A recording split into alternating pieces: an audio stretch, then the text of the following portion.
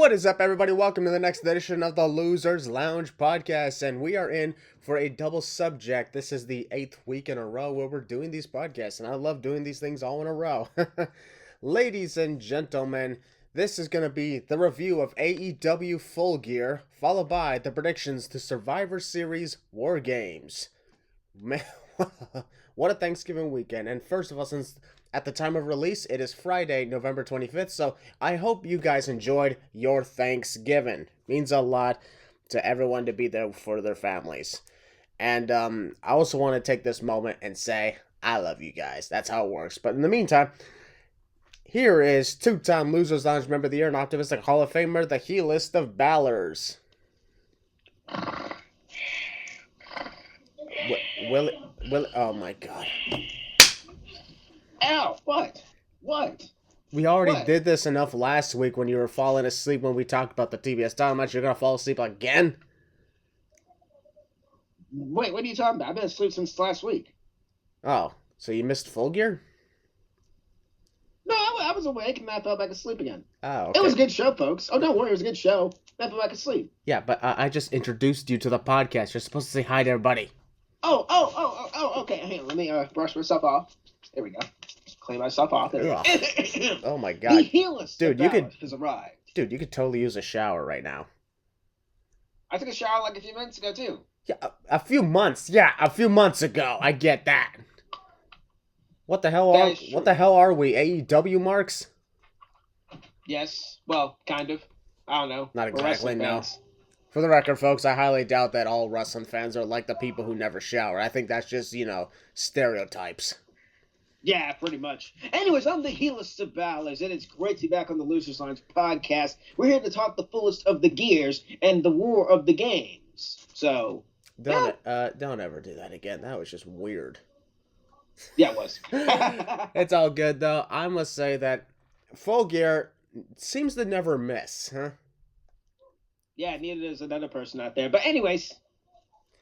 Well, folks, AEW Full Gear this year was a massive success, just like the years prior.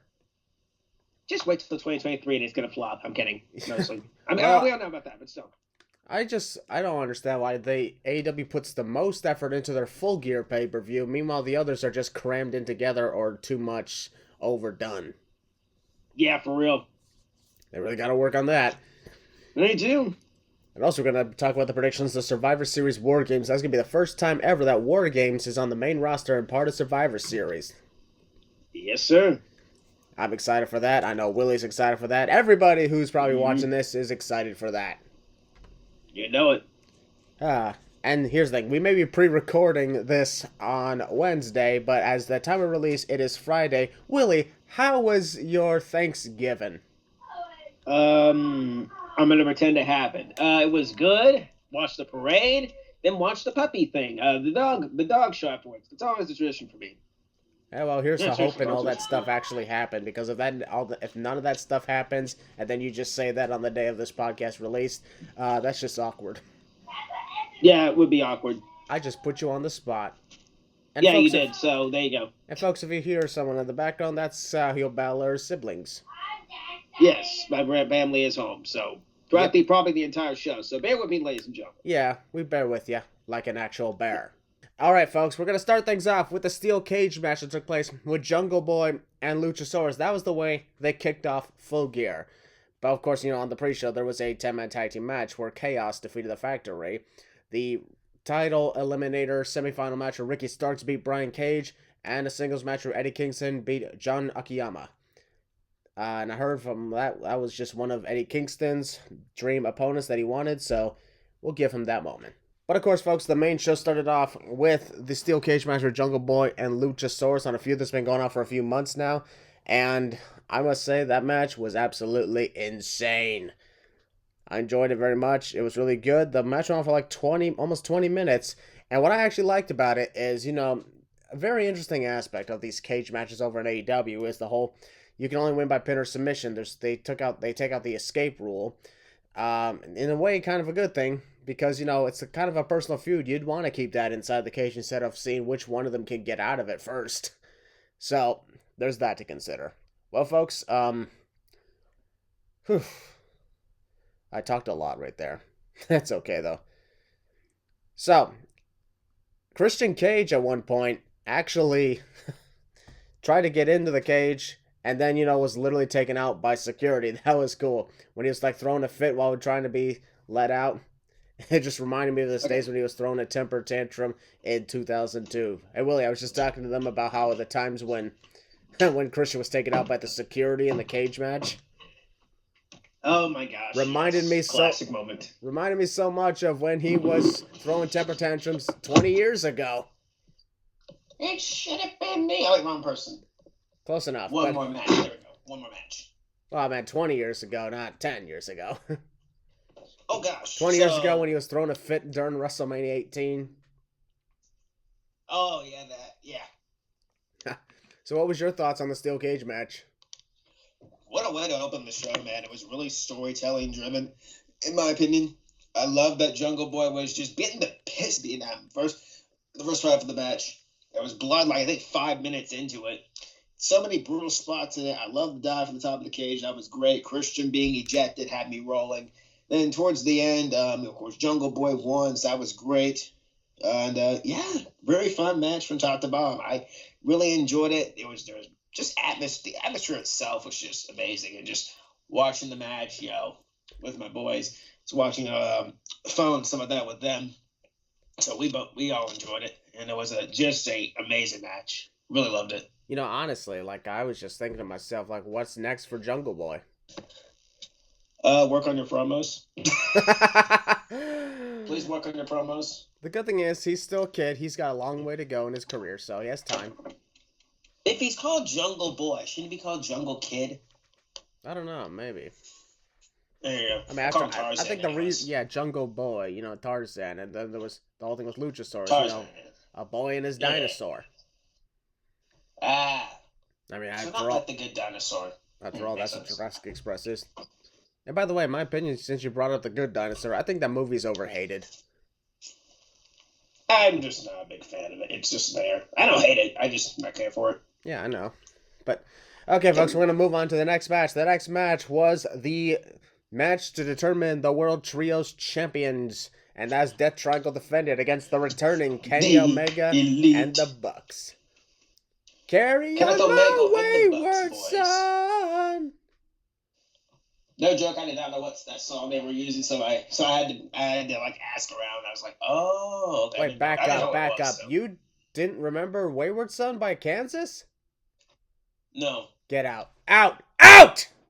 All right, guys, see you. Bye. Okay, I'm just kidding. Get back here. Okay, fine. But yeah, from what I've read up, that's this song that they've been wanting to use for a long time.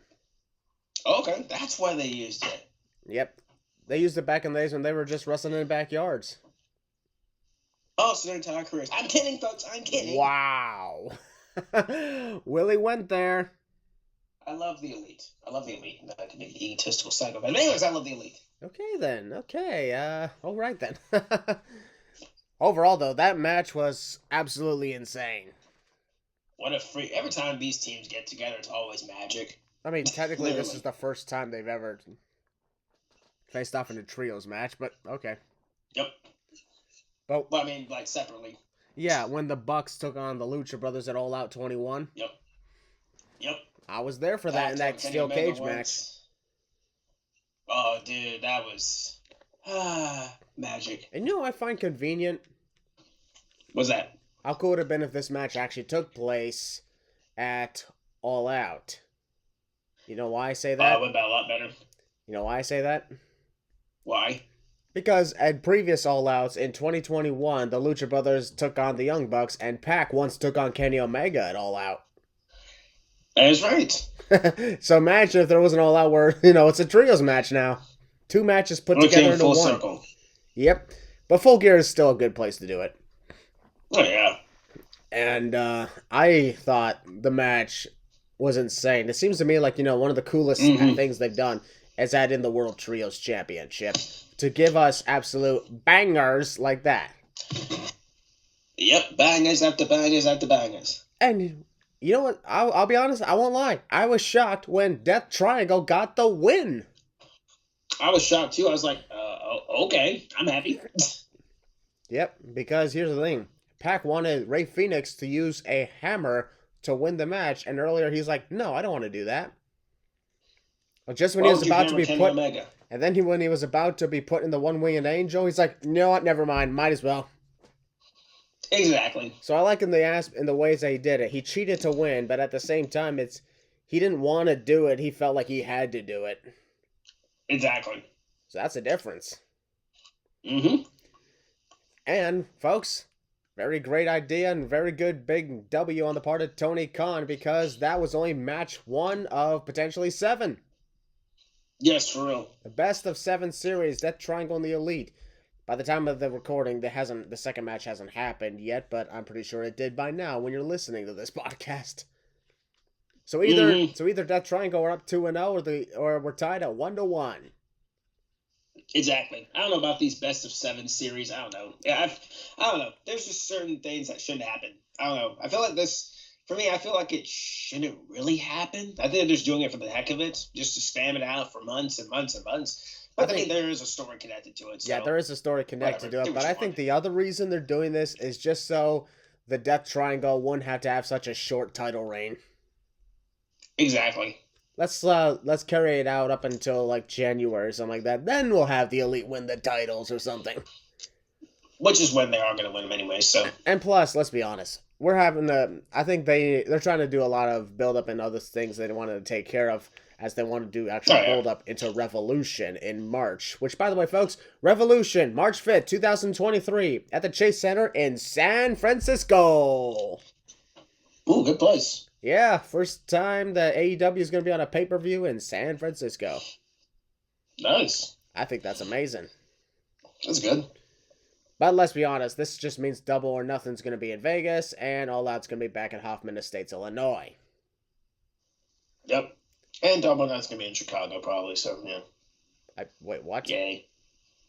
Double or Nothing. I literally said Double or Nothing's going to be in Vegas.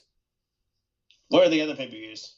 Well, there's Double or Nothing, then there's All Out, then there's Full Gear. I'm like, All Out, I think it's going to be at Hoffman Estates, Illinois, just like all the other times it was there. There you go. Matter of fact, here's the thing. This is actually a funny, yet at the same time, cringe joke. All Out, always being in Chicago, is so Illinoising. That's hilarious. And yes, it is. It really is. It seems to me like Revolution and Full Gear are the only pay-per-views that actually swap locations every now and then. Exactly. Yeah. Let's take a look. Aside the Daily Play stuff, they don't count. But I'm talking about with fans in attendance. Revolution, the first time, it was in Chicago, but it was not at the same arena as All Out. Mm-hmm. Then you had Full Gear in 2019. What was it, Baltimore, I think, and then yes. Well, let's start with Revolution. Revolution in 2020, it was in Chicago, Wintrust Arena. 2021, it was the Jacksonville Daly's Place because of COVID. 2022, it was in Orlando. And now, this upcoming year, it's going to be in San Francisco. You see, they're expanding them. Good. Then you got Full Gear. It was in Baltimore. And then in 2020, Daly's Place, because of COVID. 2021, it was in Minneapolis, I believe. And this year, it was in Newark, New Jersey. Mm-hmm. Then, of course, you had All Out, which was in Hoffman Estates, then Jacksonville, then Hoffman Estates, then Hoffman Estates, and likely Hoffman Estates again. Yes. Double or Nothing, Vegas. 2 years in a row, it was in Jacksonville. And then Vegas again, and probably Vegas again. Yep. It makes sense to the theming. Yeah, it kind of does make sense. But I'm just saying, if you're going to have 2 pay-per-views always in the same place, but only 2 others are going to be in different locations, then you might as well just throw in another freaking pay-per-view. I'm not talking about another Forbidden Door, because that ended up being in Chicago, too. Yeah, don't do Forbidden Door. Like, there's no need for that. Just have it a one-time thing and just leave it alone. Yeah, that'd be nice. But they're going to do it. But they're going to do it anyway, but so go ahead and add in another pay-per-view. You got more than enough room to do that. Exactly. I mean, how about this? What about, if you're trying to shorten the amount of pay-per-views, how about 6 every other month then? Exactly. It's not like you're doing like 16 pay-per-views a year. Yeah.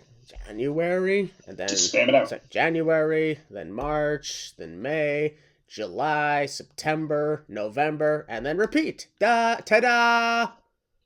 See? Oh my god, we should totally book AEW. Yeah, we should. Tony Khan, we know you're listening, buddy. Hit us up. Indeed. I promise I won't bite immediately. Exactly. I won't hurt you right away, unless I'm provoked. Anyways. Yes, we're not going to hurt you. Yet! Exactly. But yeah, the best of 7 series between Death Triangle and the Elite, hopefully, is going to be amazing as we're going into December and into the new year. 2023 is almost here, folks. Wow. 2022, let's be honest, has been a kick-ass year. Yeah, it has been. It's like 2020 was full of shit, mostly because of COVID. 2021 felt like the COVID aftermath. And this feels like the COVID, resurgence? Something like, well, okay, I wouldn't say resurgence, because then we'd be back in lockdown. Okay, not resurrection, I wouldn't say that. That'd be even worse. It's really like we're moving along. We'll call it whatever. Well, we'll call it whatever we want, but yeah, there you go. Basically, 2022 is the first full year where there was no lockdowns around here. Anyway, I do know some places did still have some lockdowns, and there are some places that are still under some lockdowns. Jeez. And wherever they are, honestly, I hope everything is safe, and I hope everyone gets vaccinated, and I hope everyone manages to hopefully get through it, as we are moving on with COVID. Because in the end, COVID-19 is here to stay, and we're just going to have to live with it. I mean, we have succeeded doing that so far. We've lived everything else. There's still viruses in the world that are still around. Yeah, I'm amazed. I'm actually glad that this pandemic didn't last as long as I thought it was going to. I thought it was going to happen going into, 2025. I thought it was going to last till, 2027. No joke. Yeah, well... It's a good thing the pandemic portion only lasted a year and a half. Yeah. And it was rough. I ain't gonna lie. It was rough. But hey, we coming out of the fog, and it feels great to come out of the fog, honestly. Feels great to go back and see your loved ones, all kind of stuff. We're going to wrestling shows. We're seeing family. We're seeing friends. We're going to work. We're not going to work. We're doing all that stuff, man. Yep. It feels great to come out of the pandemic. Hence why, in 2021, I labeled it the Feels Good to Be Back tour when I was going attending wrestling events again. Yep. Absolutely perfect that it culminated with me coming back to WrestleMania earlier this year. Mm-hmm. Yep. And now I wonder, what is next? Who knows? But whatever's going to happen, we're all in this together. You dang right. All right, we're going to move on to the next match. For the TBS Championship, Jade Cargill defending against Nyla Rose. Oh, there goes Willie again. Okay, I'm going to be honest, Christian. Mm-hmm. I did not watch this match. Okay. I did not watch this match at all. I got up and walked out. Well, here's the thing. We'll move on to the next match, but before we do, I just want to take this moment and say, I liked Nyla Rose's entrance because they paid tribute to Eddie. They paid tribute to Eddie Guerrero with a lowrider, and Vicky Guerrero was even wearing Rhea Ripley's shirt. Yeah. Yo. It was a double shout out. I love it. I love that. Shout out to Eddie Guerrero. Shout out to Rhea Ripley. Yeah, I'm surprised they let her wear that. That's what I was. Yeah, I think honestly, they wanted to do this because Vicky was Eddie's wife, so I'm your papi, I'm your mommy. It's just Rhea Ripley got there first, and that's why everyone's assuming it's an automatic tribute, which I guarantee in a sense it is. Oh yeah, I guarantee you. And besides, Vicky doesn't have a problem with WWE or anything like that. Of course she doesn't. She's been an advocate for WWE for the longest of time, even when she was not there. Exactly. She just went on to do bigger and better things. And that's freaking managed, Nyla Rose. And, here's the thing. I really wished that Nyla Rose actually beat Jade Cargill and won the TBS title, because maybe some interest could be sparking into that title. Let's be honest, Christian. Nothing's going to be sparked into that championship. One can only hope that it will, but... You may be onto something. You may be onto something there. But yeah, Jade Cargill beat Nyla Rose in 8 minutes. I will admit, though, she had some impressive strength to lift up Nyla Rose the way she did. Willie, you obviously didn't see that, but... I saw highlights on Twitter, guys. stuff when I got done watching the full show. Yeah, What I I gotta saw- admit, I saw Jade the Cargill had a timeline good stuff. feat of strength Yeah. moment, so I'll give her that. Was it good? Yes, it actually was good in my opinion. Like That's good. Okay. the fact that the feat of strength, in my opinion, yeah, it was pretty good. However, the match itself was horse shit, as the TBS title match Oof. is always horse shit. That gets Jade Cargill, but God, I know, you know dang well they're waiting for Chris Statlander. Why? She come back and botch again and freaking get hurt? Not her fault, but still. Come on now. Precisely. That's literally who they're waiting for. Besides, TBS, that stands for the bathroom shit. That's a first. Good one. Bathroom shit. That's a good one. Funny enough, I made that joke for All Out. Kind of got called out for that, but you know what? I didn't care. Oh please. Who cares what these trolls on Twitter have to say? Anyways. It really doesn't. We're gonna move on to the next match. This match, in my opinion, was match of the night. The 4-way match for the Ring of Honor World Title. As Chris Jericho defended against Claudio Castagnoli, Bryan Danielson, and our boy, Sammy Guevara. Christian, I'm going to slide you this. No, actually, stand up for me a sec. Quick, stand for me a sec. Yeah. Come close, please. Yep. Ow! Ow! Stop it! Ow! Okay, fine. My boy, Sammy Guevara. Your boy, Bryan Danielson. Thank you. I love Sammy, but my boy D-Bry's in there. You mean be dry? D-Bry, whatever you want to call him. How about this? D-Bry. When he was D-Bry, he was Daniel Bryan. How about when he's Bryan Danielson, he's Bry-D? Bridie. That's it. I've heard that one before. Bridie. The Dragon. I'm going to call him the Dragon. That's what I'm calling him. The Dragon. Yeah. I gotta tell you, that was an amazing Fatal 4-Way match where literally any one of them could have won it, and at certain points should have won it. I'm gonna tell you right now, this is my contender for like match of the year, one of matches of the year, because it did everything that I wanted it to. It was so good. It really was so good. Like the fact that you saw amazing performances from all 4 men. And people can go ahead and hate on Sammy Guevara for like all the controversial stuff he's done, but you gotta understand that you gotta realize that Sammy's a good wrestler. The dude knows what he's doing in the ring. Great storyteller, great wrestler, great athlete. Like that's not me suck up to Sammy because again, I still like Sammy, regardless of what he's done.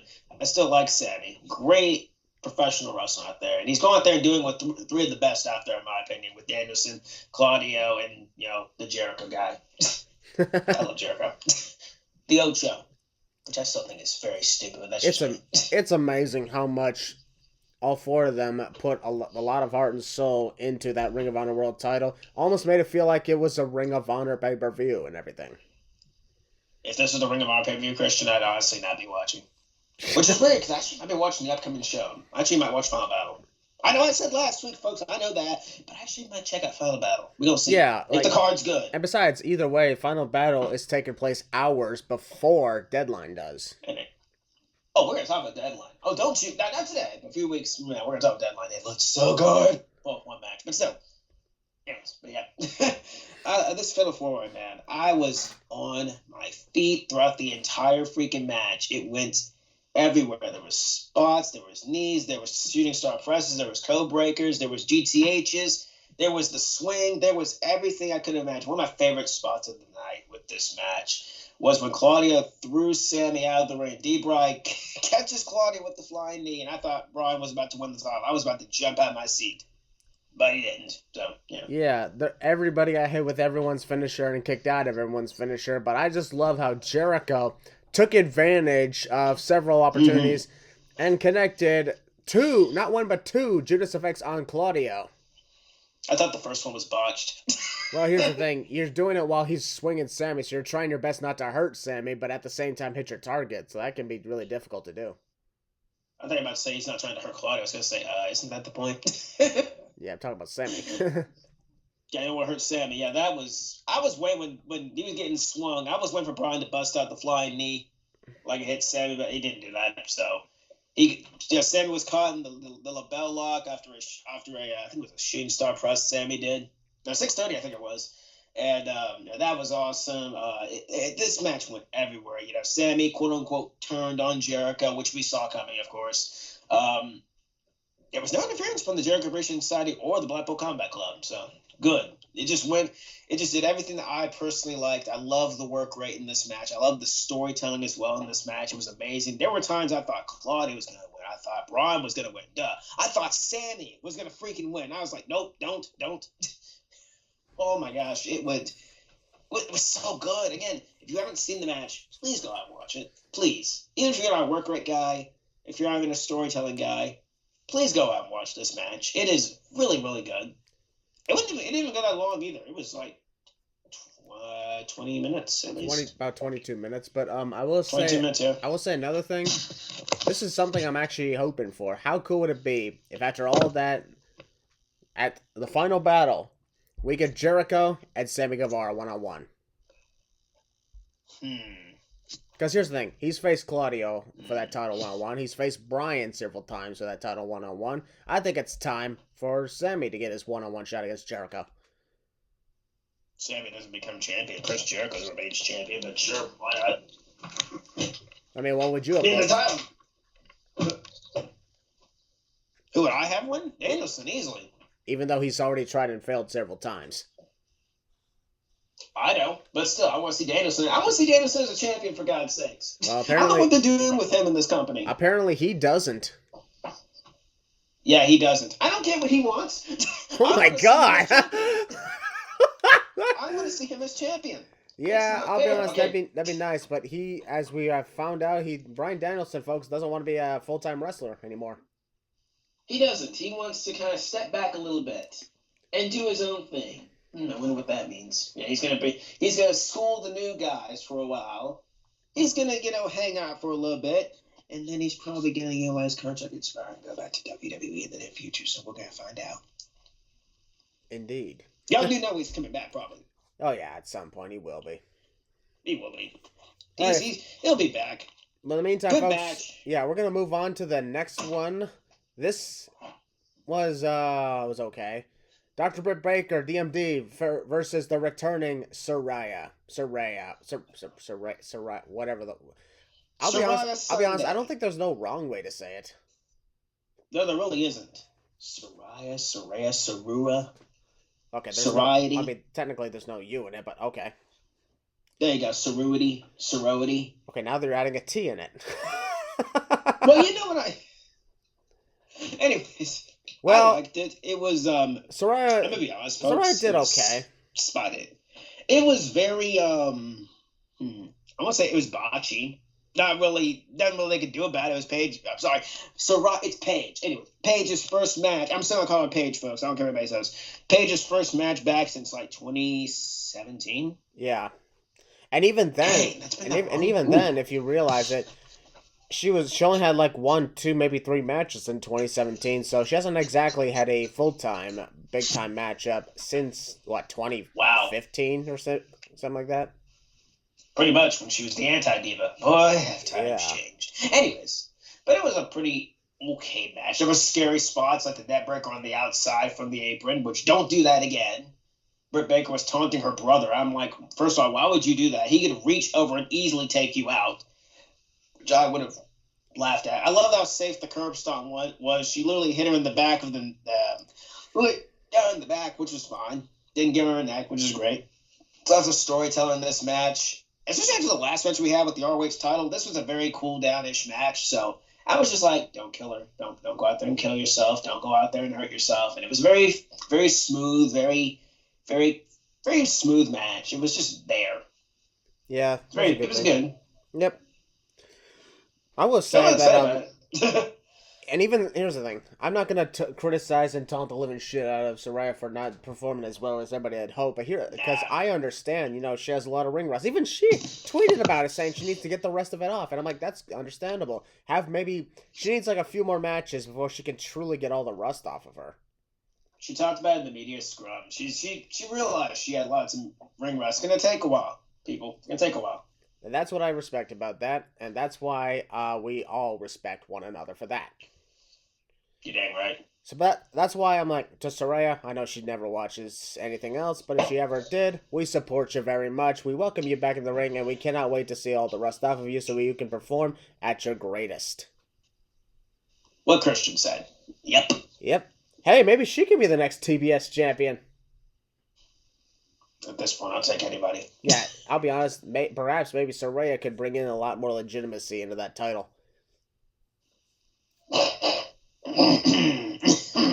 Okay. Hey, it is possible. I'm just saying, it is possible. It's possible. That's like saying we're going to bring relevancy to the women's championship, but I don't know. We're going to find out. I just don't have hope in the women's division. We're going to find out, though. I mean, I got faith, but the one thing I'm just glad for is, like there's a lot of times when, there's a first for this and a first for that. Yeah. I will say that Saraya, she performed, in my opinion, satisfactory. Is that the right word, I guess? Yes. I'm just trying to take a look at some really quickly, but I will say, like, overall, what was your thoughts on the match? I mean, like I said, it was just there. It was a very slow-ish kind of match. There were spots that scared the living daylights out of me. Love how safe the curb stomp was. And she won with 2 rampages. So, no, not the show rampage. No. Her finisher. For those who don't know. Anyways, her finisher. She finished her twice, and that was it. Match was over. She was crying. I was, getting all choked up. It was great to see her back, and it was pretty cool. I just thought somebody was going to come out and attack her from behind when she went back up to the stage. Oh, can we talk about that stage for a sec, Christian? That stage looked pretty freaking cool. Yeah, it seems to me like they're upgrading their stage setups for the Full Gears event, and it seems to me like no spinning gears. I will say, I'm actually amazed at that, and I was actually thinking to myself that for the pay-per-views, they should really upgrade their stage setups. They should. That stage looked big, too. Like, holy crap. Maybe it's because the wrestlers are so small, but that stage looked big. Like, god dang. Yeah, they should absolutely upgrade their stage setups. Otherwise, it's just looking... Otherwise, here's the thing. Generic. You can't exactly, argue that WWE doesn't change the stages, and then look at AEW, who also doesn't change the stages. Exactly. But... Got to move on. Yeah, absolutely, man. That's really good and everything. Yeah. And I will say another thing. The other thing with Saraya and Dr. Britt Baker is this was actually an interesting thing.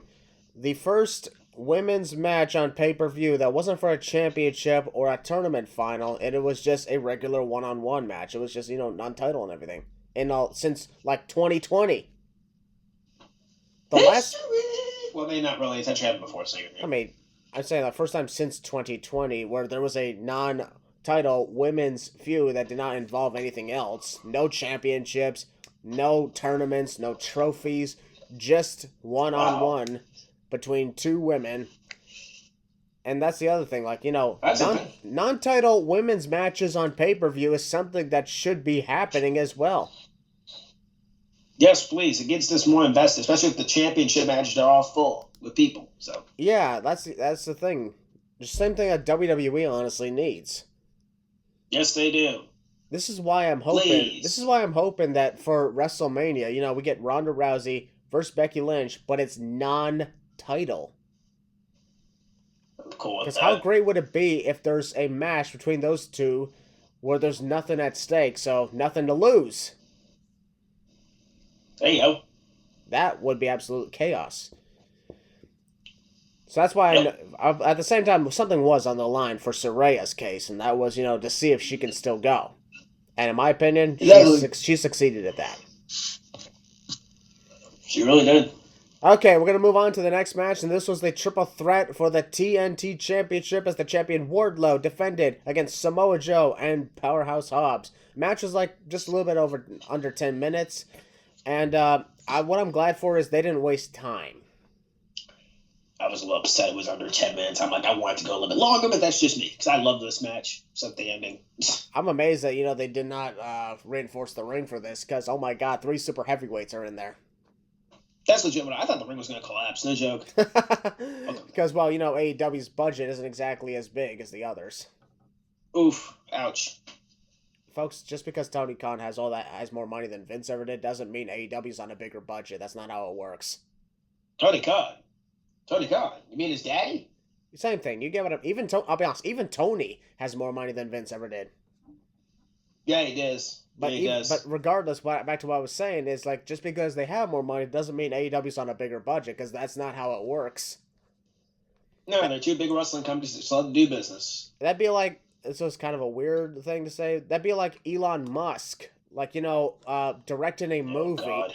Okay, I'm saying we're not getting political, folks. I'm just saying that'd be like Elon Musk directing a movie that's on like a $100 million budget. Just because he's a multi-billionaire doesn't mean the movie's budget is gonna be the same as what he's worth, because that's not how it works. Yeah, Elon. But anyways, yeah, that's my point. Is like AEW's budget is not like WWE's budget and everything. Exactly.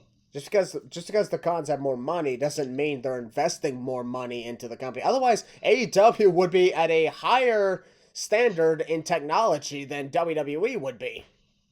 AEW would like performing on the moon and other planets. I'll be honest. I'm still waiting for a wrestling match on another planet. Like, no joke. Like a wrestling match in space? Yes. Yeah, like, no joke. That would be very interesting indeed to do that, because I think it's going to be a matter of time before the future will remain bright, and then people will actually be able to travel.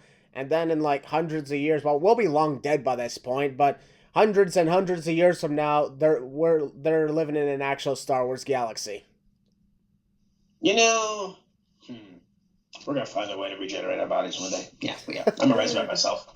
Yeah, well, I just hope that when I die and when I get reincarnated, I want to be a dog. Why? Because dogs are faithful and loyal, just like I am faithful and loyal. You're a dog? Well, yeah. Bark, bark. Oh. Well, what breed? Okay, the triple threat for the TNT title ended with Samoa Joe winning the championship, to my shock. Yeah, the guy from Samoa named Joe, and not that other Joe who has titles, by the way. This Joe. You know what this means? Samoa Joe Joe has championships. Yeah, Samoa Joe is now the fourth Samoan who's a double champion. Roman Reigns, Jey Uso, Jimmy Uso, Samoa Joe. Oh my God, because he's not just the TNT champ now, he's also the Ring of Honor television champion. At which point, when I saw that, I was like, oh yeah, I forgot he has that thing. Yeah, same here. That's a whoopsie. My man Hobbs got robbed in this match. That ending was like, I was like, really? Really? I mean, I understand why they did it. I understand heel tactics, but I was so mad that Joe won. But I'm mad. I was more like, Hobbs should have won that match. But my man Hobbs was wrong. I'm so glad the title's not my man Wardlow, though. I love you, Wardlow, but you as champion, not your fault, but you suck. Hobbs, in my opinion, deserved this match, but, it's all good. It's all good. Yeah, I will admit, it probably could have been done better on a lot of occasions, but to be honest, it wasn't that bad. Oh, I love the match. I believe Powerhouse Hobbs at some point will, be a champion in AEW. Please. That'd be nice. It's just, it's not happening right now, and that's fine. Yeah, Tony Khan's focusing on more things, which is fair, I guess. It indeed is. Good match. I mean, at the same time, there's a lot of people that really honestly deserve to have more, attention with what they're doing. A big example being... Yeah, because they're stuck on dark. A big example being FTR. Who? The triple champions. You don't remember them? Guys. You don't remember them, do you? No. What a shame. Not surprised. But yeah, Samoa Joe, folks, is the new TNT champion. He's a double champion now in AEW. Well, technically, in AEW and Ring of Honor. So, he's Double J. Wait, wrong person. Yeah, wrong Double J, which we're about to talk about in this upcoming match right here. And that's a tag team match with Double J, Jeff Jarrett, team with Jay Lethal to take on Darby Allin and Sting. Jeff Jarrett, Jay Lethal. I'm just now realizing there are 3 J's tonight. What the heck? Yes, indeed. I mean, they were the tag team that took on Andrade and Ric Flair. Yeah, we don't talk about that show. What the hell was that piece of shit, right? That show was something. I only watched it for Cross. That's the only reason I watched Ric Flair's last shtick, and it was just go watch it. It was a train wreck of hell. Anyways, and he wants to wrestle again too. So what's the freaking point of doing the... You know what? Never mind. Yeah, what's the point of calling it your last match? They named the show Ric Flair's last match. Now he's going to wrestle again. At this rate, nobody, and I repeat, nobody should ever compete in a retirement match. And I'm just saying, for the no disrespect to the great Muta and everything, who's having his retirement tour in 2023. Yeah, I'll see you in the ring after that's over. Nobody's freaking retired. At this point, wrestlers, when they retire, they don't really be when they retire, because I just don't believe that stuff nowadays. Yeah, it's like, I'll be honest, it's like movie actors now. Some movie actors say they're going to retire, and then they ultimately say, okay, I'm announced for this project coming up. And I'm like, wait, I thought you retired. Yeah, well, I'm going to do this. Then he comes back for another one. Remember, wrestlers are actors, quote unquote. Yeah, that is true. I mean, they are very much so. But at the same time, like, it's understandable to not want to give it up because, it's your life. But if you don't want to do that, then don't announce, okay, I'm going to have my last match or I'm retiring. Because you never know what you're going to do. You're going to end up coming back. Look at Stone Cold Steve Austin.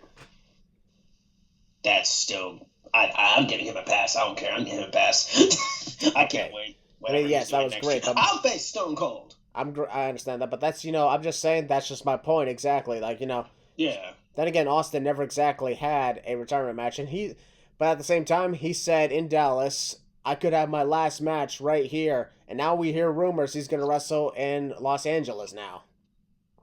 He's up for like a few matches actually in 2023. So that's why I said if anyone's saying that they're going to have their last match, retirement match, it's not happening. Such is the case for Jeff. Such is the case even for Jeff Jarrett, and such is the case for Sting, obviously. Sting needs to retire, but that's just me. Yeah, Shawn Michaels came out of retirement. we don't talk. No, y'all can go way back in here to watch that. Yeah, we rented the living shit out of that. Y'all can go back and rewatch that. We are not talking about that here because it'll get bad. Here's the thing. My favorite thing about that was. What's that? Some people told me, come some slack, he has ring rust, and you know what I said? What? He has ring tetanus. Oof. That's even worse. He's bald. Well, he's not bald now. He kind of is anyways. He's running NXT. Yep, he's running NXT. So yeah, the tag team match with Darby Allin, Sting versus Jay Lethal and Jeff Jarrett. Let's be honest, that wasn't that good at all. Is it bad that I only pay attention to the big guy? Which one are you talking about? The big giant guy.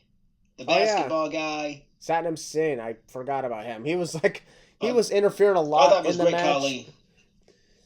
I will admit, though, he put himself in a good position for that Scorpion Death drop, despite his size, so I give him that. Oh, for real. And I will say, the ending... Allin off the freaking stage almost killed him. I will say... Well, not killed him, he caught him. Yeah, Darby Allin leaped off a ladder off the stage. Satnam Singh easily caught him. If he didn't catch him, oh boy, Darbs, oh boy. Please stop doing that, mind you. I did like the way that Sting leaped up and caught Jay Lethal into the Scorpion Death Drop, though. That was cool. And while yes, that was pretty cool. And while yes, Jay Lethal got pinned by Darby Allin, not Sting. In a way, he got beat by Sting too. I'm like, how is it that this is the guy who had Full Gear last year? Was signed on pay-per-view, signed his contract on full camera pay-per-view, and was made to be such a huge deal. And now this huge deal got beat by Sting. Oh, mind you, Christian, he says he's not going to leave the company unless he's either fired or the company goes under. I mean, that's fine. I'm cool with that and everything. That's fair. I'm cool with that, but I'm just saying, You need some wins, dude. And also, here's the thing. Don't sign wrestlers on pay-per-view unless you're going to push them to the goddamn moon and beyond into another galaxy. Oh, the AEW galaxy that Chris Jericho always talks about. Okay, my point. You get my point, right? Yeah, of course I get. Pretty much. He's right. Why would you sign, what was the last big sign they had on pay-per-view? Was it Christian? No, Swerve Strickland. Strickland, him. Well, I mean, he's, I guess, the other success story. I mean, that's about it. Yeah, I'll be honest, he's the only guy who signed a contract literally on pay-per-view that actually was made into a big deal. Christian Cage, he's already a big deal, but he's like, oh, okay. Then, of course, I was about to say Christian Cage, but he's already a big deal. Then you got Jay Lethal, who just showed up and then disappeared for the longest of time. Swerve Strickland is the only one who actually truly got anywhere. Yeah, pretty much. But yeah, Darby Allin Sting got the win again. Yada yada yada. No one gives a shit about that fucking team. Why are they still teaming together? Darby Allin needs to move on his own now, because this is fucking ridiculous now. It's just stupid. The way the story was going, I thought Sting was going to turn heel. Yep. All right, we're going to move on to the next match, the interim AEW Women's title, as Toni Storm defended the title that doesn't belong to her against Jamie Hayter. And yeah, that belt doesn't belong to her, period. This match was full of fucking interferences left, right, up, and down, and Tony kept on kicking out and kicking out and kicking out. So much more interference, and then another bit of interference. The referee did not even once think to kick any of them out. That's what I understand about referees in wrestling. Why don't you just kick the said person out? Right then and there. You know they're going to cause trouble. Yeah. Kick them out. It was like, I was watching Full Gear with a friend of mine, and he has a good point on a lot of things. Like, he's like, I get it, man. It's the heel tactics, but this is why, like, a lot of the things that Roman Reigns does kind of pisses me off, because it's just, I like the heels that can back up their claims and get the job done without the need of having help. Exactly. And Roman Reigns honestly needs to get away from the place he's in right now. Please. But oh my God, I feel for Toni Storm. You know, here's the thing: Tony Khan can go ahead and say all he wants about saying, yeah, no, interim title reigns count as real world title reigns. I'm like, no, they fucking don't. Tony, you're a complete fool. You're an idiot. You're a complete fool. Interim, meaning temporary, meaning not yours. You're hanging on to it for somebody else, you fucking idiot. You know what I find hilarious, though? When they talk about the interim, and Jamie Hayter brought this up, Toni Storm has brought this up. They say like they're the actual champions. I'm like, I laugh and I just snicker. I'm like, no, you're not. Yeah, I really wish that this could have just been the actual women's title match. Who gives a fucking shit if someone gets hurt? And then you're like, oh, I feel bad for you, man. We're going to let you keep your title and have someone be an interim champ. Fuck that shit! Just give them the actual damn title and say, when you get back from your injury, we'll get you your first title shot right then and there. Is it unfair? Yes, it is unfair. But guess what? Life's fucking unfair.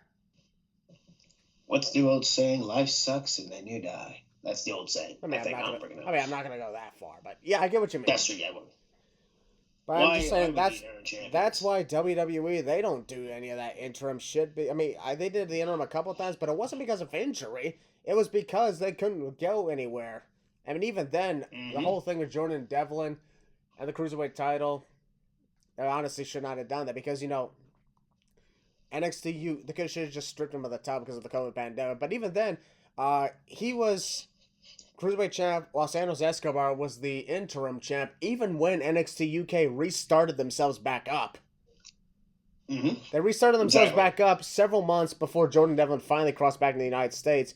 And I'm like, okay, what the hell's happening here? Which even funnier, because you said that Santos was the interim champ. They actually counted his reign. Which is very interesting to me. Probably his and Devlin's reign did count, which is really, really interesting. That didn't make any sense. And here's the thing, I understand that. Yeah, it didn't. When something is an interim champ and everything, it means temporary and it's not on the official record. Exactly. And here's the thing, I even looked it up. I looked at a lot of combat sports. They don't count that either. There was some idiot on Twitter who said to me that they counted. What's the point of this? There isn't. And even then, this is not combat sports. This is sports entertainment. It's not a real sport. Wrestling's not a real sport, period. It's a entertainment, like, industry. It's theater. Yeah, and here's the thing. AEW has completely overused the interim championships in 2022. This is the third or fourth time.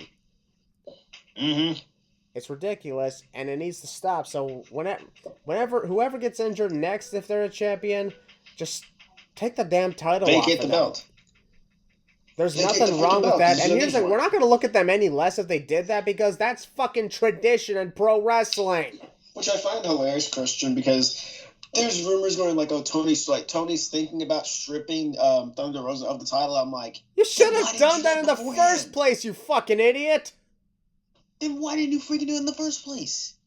Because Tony Khan's a fucking idiot. It's not her fault, but still. Tony Khan's a fucking idiot who doesn't understand shit.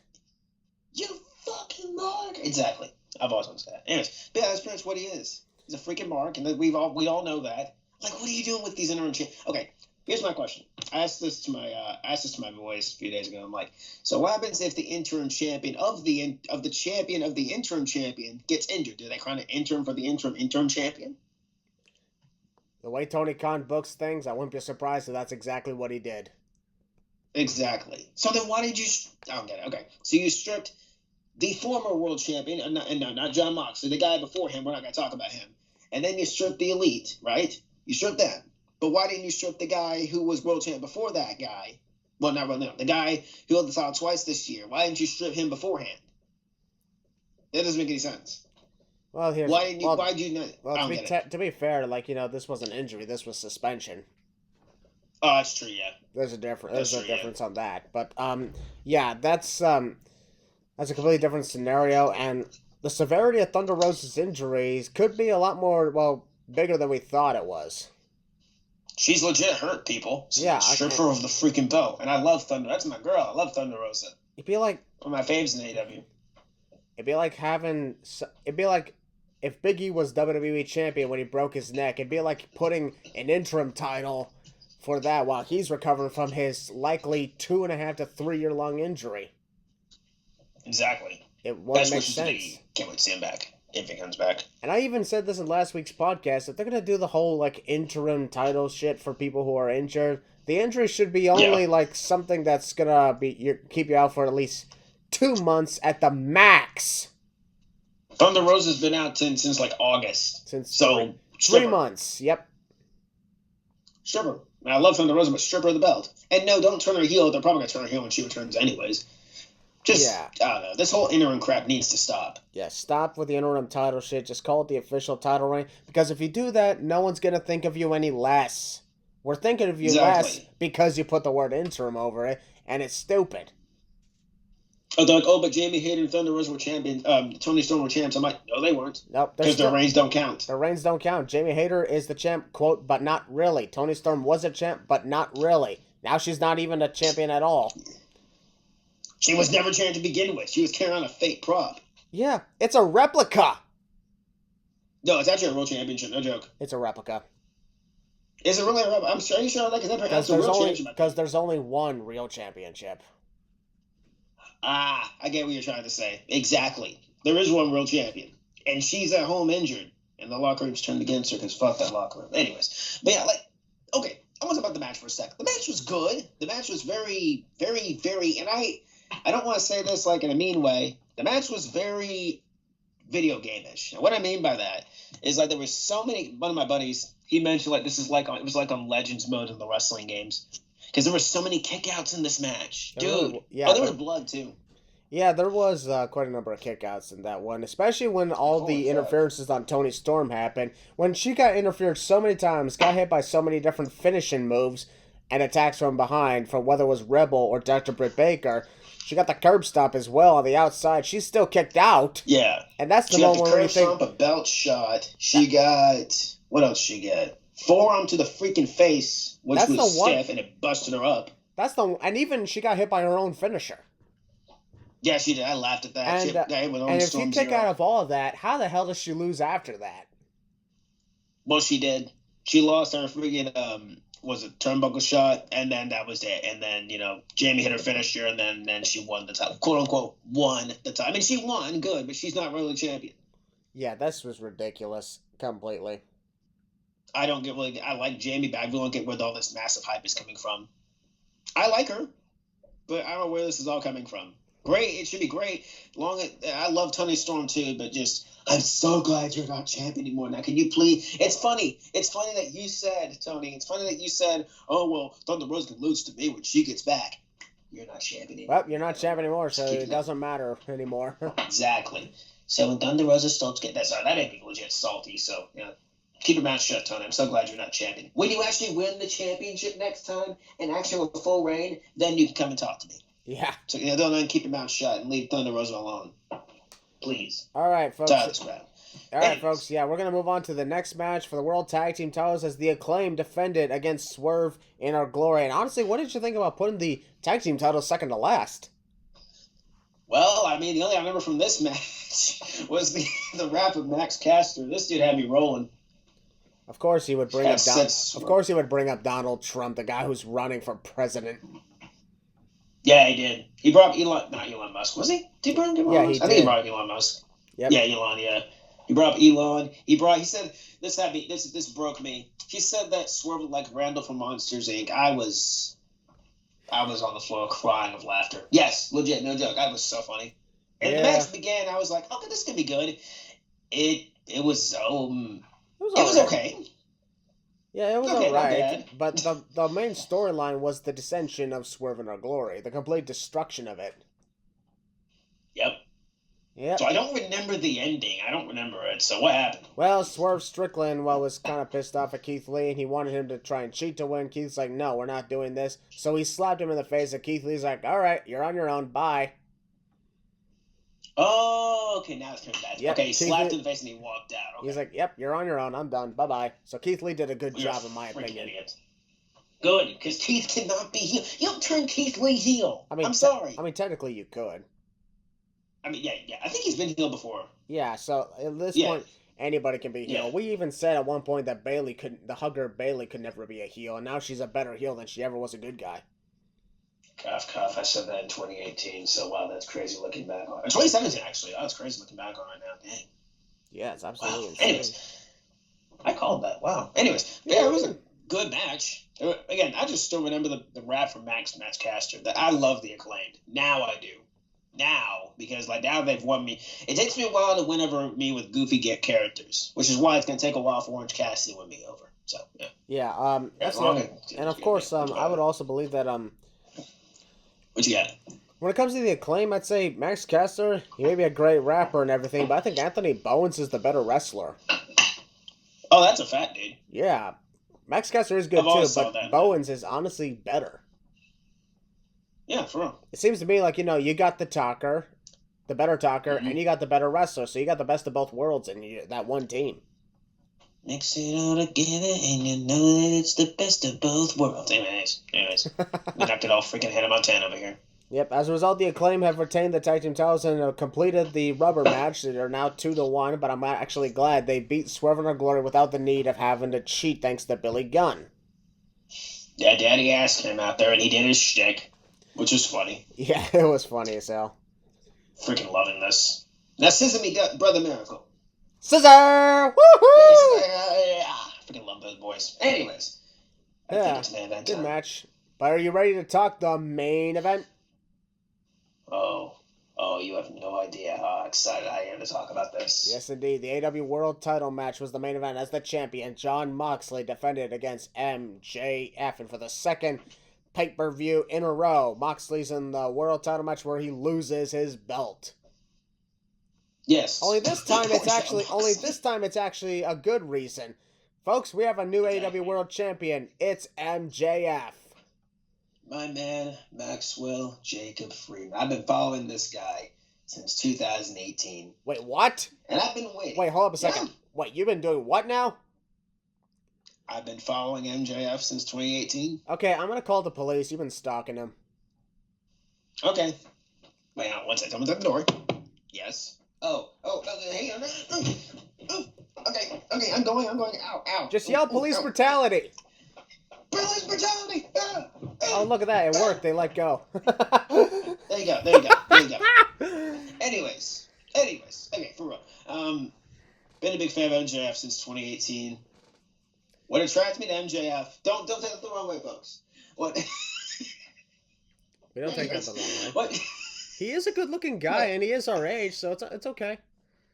Yeah, he actually is our age, which is really crazy. He is the youngest AEW World Champion, the second youngest, actually.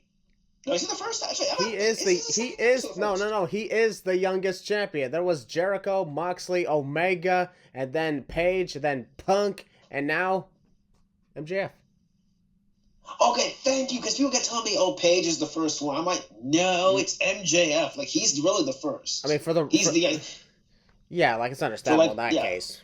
Yeah, that's what people were talking about. Like, people were telling me, like, he's the youngest, like, the first one. I'm like, I know that, but, like, in overall, MJF is the youngest world champion in the company. So there you go. Anyways, MJF won the title. Just go back and I don't want to plug myself here, but go watch my YouTube video about it, man. just to see the elation on my face. It was like last year with Heyman. I said I didn't cry about this one. Shut up, phone. Oh, look, there's a phone. Anyways, it's probably... Yeah, there's a phone. Hold on a moment. Okay, 1 second. Let me answer this question. Keep going. That was weird, folks. But you know, people used to have phones in their house, but now people still do have phones in their house. Now, yeah, MJF is, yes, indeed, the youngest AEW World Champion, as, you know, he's 26 years old. Only a month older than Heel Balor and myself. Okay. And, yeah, he's only a month older than Heel Balor and myself. Hangman Page was the youngest champion. I mean, it started off with, you know, Jericho, and then Moxley won, and now he was the youngest champion. And then, here's Kenny Omega, he's older than Jon Moxley. Then it was Hangman Page. Now he's got the record, and now MJF's got the record. And he has the diamond ring, which they still keep mentioning, and they're acting like it's a relevant thing. So, okay. Yeah. Anyways, yeah, he won the title in a very not shocking way. Okay, we talk about how the crowd was turning against Moxley. Yeah, that, I'll be honest. I'm not surprised. I'll be honest, that actually, well, then again, it didn't surprise me because, you know, he fucking is from New Jersey. He's from he's from Long Island, New York, sorry. He's from, which is just across the river from New Jersey at this point, you know, because New Jersey is one of the smallest states in America. Yeah, well, yeah, I was like, ooh, the crowd is despising Joe. He was playing it up. See, he was healing it up out there. I was like, get him, John. He was flipping off people. I was laughing my head off. I'm like, there you go. And I like how towards the start of the match, even before the bell rang, like Justin Roberts gave the announcement. You know, they were introducing them. He introduces Mox. He flips off MJF, and then no, MJF gets introduced first. One of them gets introduced first. They both flip each other off. Basically, it was so funny. And then MJF was babyface mostly during the entire match until the ending. And there was no Blackpool Combat Club or, you know, Firm, which I'm like, where was the Firm in this whole thing? Yeah, who gives a crap about the Firm? Exactly. Yeah, I guess that was made for literally no reason. Literally no reason. If you really think about it, it's made for no reason. Like, in storyline, they were helping MJF to, like, you know, I know what you're all going to type in the comments. Oh, they turned on him, or he turned on them, or blah, blah, blah. I know that, but still in storyline, it doesn't make any sense. Because even then, MJF did turn heel. Because he was always a heel. If you thought MJF, think about this. MJF, a guy who literally tells you horrible things to your face, and I'm not going to repeat the stuff the man says, but, you know, a guy like that is a babyface. I'm good. No thanks. Yeah. But that's not a baby. It's a freaking heel. And to align himself, and he calls himself the devil, which I don't take offense to. I think it's kind of cool. But, you know, he went out there, did a shtick. And then he motorboated a chick. I was like, what the heck was that all about? I hope to God he talked to that person or whatever. That was so bizarre. Yeah, I will admit, that was so weird. That was really weird. It's so creepy. That was weird. Like, what are you doing? He's like, we're not someone said that was his. Someone said it was his wife. I was like, are you sure? Man, it looks like her. I'll figure it out. But yeah, for his case, I hope just it was. But it's a woman. Ugh. For his case, I hope it was because oh my God, that would have been a lot. I mean, you know what's funny, Chris? Because she told me to do it. I'm like, what are you doing? Yeah, that's so freaking weird. It really is. He won the belt. It was so cool. I loved that. I clapped. I'm a big MJF fan, and I remember we talked about this in 2020. I'm a bigger MJF fan than you.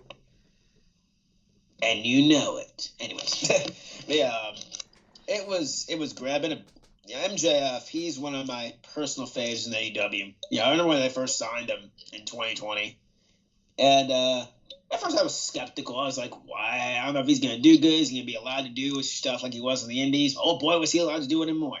And he's finally world champion. This is his first title too. The first title in the company is the world title, which is insane. And I really hope that they make this reign very relevant. Tony, I know you're listening. Do not screw this up. Oh, here's the thing. With the exception of Kenny Omega and Hangman Page, everyone who's won championships in AEW, their first title reign was the world title. Well, there you go. Yep.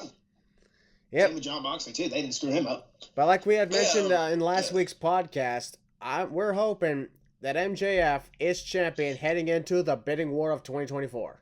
Of 2024. Well, that means he surpasses Kenny Omega's longest reigning champion. Yes, he will. But honestly, he deserves it.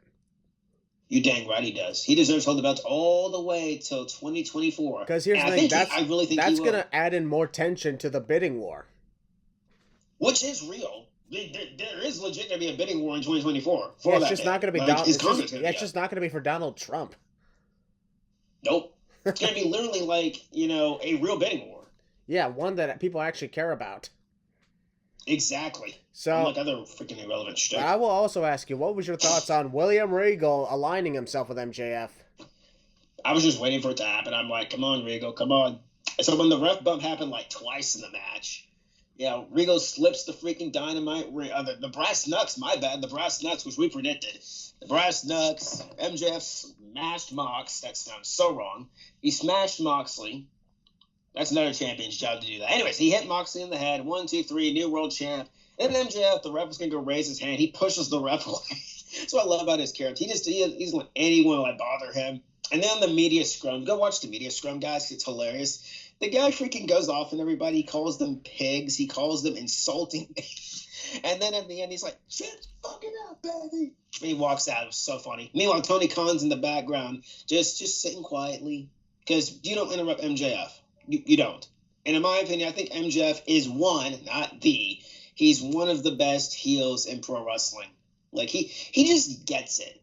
And no, I'm not saying he's better than anyone out there, and you know it. But seems to gravitate towards the guy because, well, he just has something that, not a lot of wrestlers have. And he keeps kayfabe. He really I know kayfabe's dead. No, it's not. But I appreciate when some run. Oh, really? Because people keep telling me kayfabe's dead, dude. Fuck them. They don't know what they're talking about. That's what I'm saying. Like, is kayfabe really dead? I don't think so. MJF's keeping it alive. The dude's in character 24/7. That's what I appreciate. And I'm not comparing him or, saying he's better than certain people because he's not. He's his own character. I know some people think that MJF is one of the most overrated heels in wrestling. That's fair. That is totally fair. You're allowed to your opinion. But I think MJF is the future of the business, regardless of where he goes. Could be WWE or AEW. Could be New Japan. It doesn't matter. MJF is a star wherever he goes, and this just proves it right here. And I think he's earned and deserved this. And it feels great to finally get what I wanted. I wanted it 2020, but I knew it wasn't time. It wasn't time. So they did in 2022. I'm glad they did it. I think he's going to be a very fun champion. And I think this reign is going to be unforgettable. And I think he's going to do things with this title. And he's going to do things to people that are going to be unspeakable, unforgettable. And like the new champion says, he's better than me when you know it. But I want to give a shout to my man, Jon Moxley, first. Thank you, John, for holding down the freaking fort. He's supposed to go on a break. You were supposed to go on a break anyways. And he's here to, he did his job. He's the 3-time champion. Nobody can take that away from him. And I'm just so proud of how far he did win as champion. And it's been his year, in my opinion. I will say this. In my opinion, Jon Moxley has been the wrestler of the year in 2022. That's just me. I really do think that. And, I just want to say thank you to Jon Moxley for holding down the fort and doing a fantastic job as champion. And, time to go on that long break. But, MJF's the new world champion. And I'm happy. I cannot be more happy. I love MJF, and I'm so happy that he's finally champion. Good job. Don't screw this up, Tony. All right, folks. And that concludes our review of AEW Full Gear, and we are going to transition now into Survivor Series WarGames. Time to start the prediction game. Christian, look above us. Something's dropping. Yep. Oh, it's the WarGame structure. Indeed. Well, I guess we got to get a war. Yep, we will indeed. Folks, we are going to talk the predictions of Survivor Series WarGames. We have 5 official matches as of this recording. But first, from our media sponsors. What? Do you have, from our media sponsors, Brother Maracle?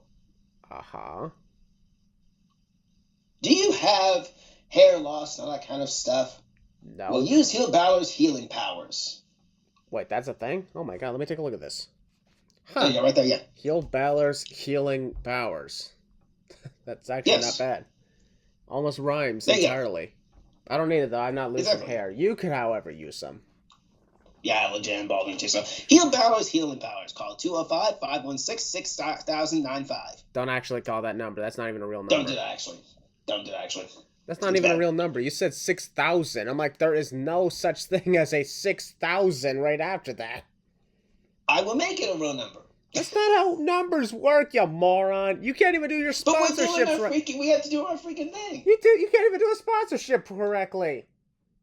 Okay, then you do it. Look, here's the thing. You rejected my last idea for my hemorrhoid cream, Fire in the Hole. Because that's not good. We have young and old watching us. Yeah, so what? They might have problems. No, that's only for the old. Oh my God. The young want to be like us. Oh we are very good role models. We are not good at doing sponsorships. We promote Disney Plus. Oh, come on. That's way too easy. And we promote Peacock. Okay, that works too. All right, folks, but anyways, we got 5 matches as of right now official for Survivor Series WarGames, and 2 of them are championship matches. Like that. 2 of them are championship matches. 2 of them are going to be insane WarGames matches, and I heard that they want to add a lot of brutality into the extremeness of the WarGames so they can put that in clips for the future events. I heard about that too, and I'm like, okay, good. But folks, the more the merrier. We're going to start things off with the predictions of this match as AJ Styles takes on Finn Balor. 1-on-1. You really want to kick it off with the hottest match that I want to talk about. All right, seems fair. Absolutely, because this is going to be the first time since 2017 that these two have faced off 1-on-1 on pay-per-view. The Prince and the Phenomenal One. What a story it's been, and I don't think it's over still. The last time, folks, they faced off was in 2017 at TLC, and that happened due to unfortunate illnesses. Yeah, Bray Wyatt had the mumps. Yep, and so did Roman Reigns. Yeah, Roman had the mumps too. Seems played by Kurt Angle. Yep. What a fun time that was. Finn Balor at the time was the Pumpkin Demon. Well, I mean, he was. We never saw it, which, thank God, and that would have been horrendously stupid. And he was the take on Sister Abigail. It's Halloween! Get it? Anyways. And he was the take on Sister Abigail. Yeah, freaking Bray Wyatt in drag, which should have been kind of cool, I guess. He looked pretty awesome, I'm not lie. Yep. So yeah, but this time it ain't the demon Finn Balor, it's the human Finn Balor taking on the phenomenal AJ Styles. And this is the leader of the OC versus the now confirmed leader of Judgment Day.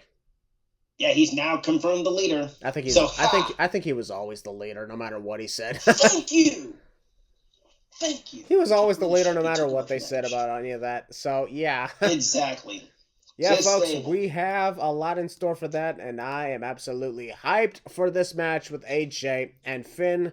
I'll start things off by, I know for a fact Balor has a lot to say, but I'll start things off by saying that I enjoy what the two stables have been doing. Their brawl on Crown Jewel was absolutely amazing, and I actually enjoy everything they got going on with this. Anytime these two are putting together in a match, it always delivers. I'm hoping at Survivor Series WarGames they will continue to deliver there. This is a match that honestly deserves 20 minutes. You're speaking my language, Brother Maracle. Yep. So, for that case, I'm going to actually predict AJ Styles to get the win, because if we do this, now they're tied up 1-1 apiece. And now, folks, it is time to listen to Heel Balor's comments. Man, I'm very excited. You guys know I've been waiting for this for a pretty long time, since 2017. I'm surprised they didn't do it, sooner. I was thinking they were going to save it for WrestleMania. No joke. I was like, okay, why are we doing this on Survivor Series? But I'm like, okay, Survivor Series is a big show. Not everything needs to be on WrestleMania, of course. No. Paul White is the big show. Oh, that's true, yeah. Where is he? In AEW. Anyways, continue on. That's where he is. Anyways. But yeah, I'm very excited. This is going to be one of those matches where I'm heavily going to be paying attention. I think the story's been good. I really hope they end the storyline. Can we please move on? Don't get me wrong, I'm excited for the match. The brawls have been fantastic, but it's just been going and going since April. Can we move on?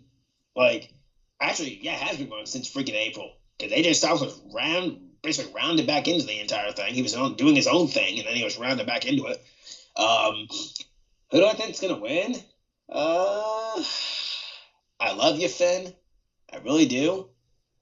I'm going with AJ Styles, too. I think AJ needs this win. I know people say, Finn's the one who needs to be pushed more. I get that. Finn will be fine at a loss. Yeah, absolutely. He's fine. I mean, it's AJ Styles here. It's AJ Styles and Finn Balor. You can't really bury the Prince. Yeah, losing to AJ Styles is an honor. AJ also, like, he's been on a losing streak on pay-per-view, so he needs a win badly, like very badly. So I'm gonna give it to AJ Styles. Yeah, AJ Styles, I think he wins this, and it's gonna be fun. Yeah, AJ Styles hasn't won a one-on-one pay-per-view match since Crown Jewel 2019. Yeah, AJ Styles needs to win this very badly. Yeah. Why would he piss off in the back to do this? Like, jeez. Technically, not everybody who keeps losing has pissed someone off in the back. I mean, look at Johnny Gargano. Who? The guy who lost to Omos this past Monday night.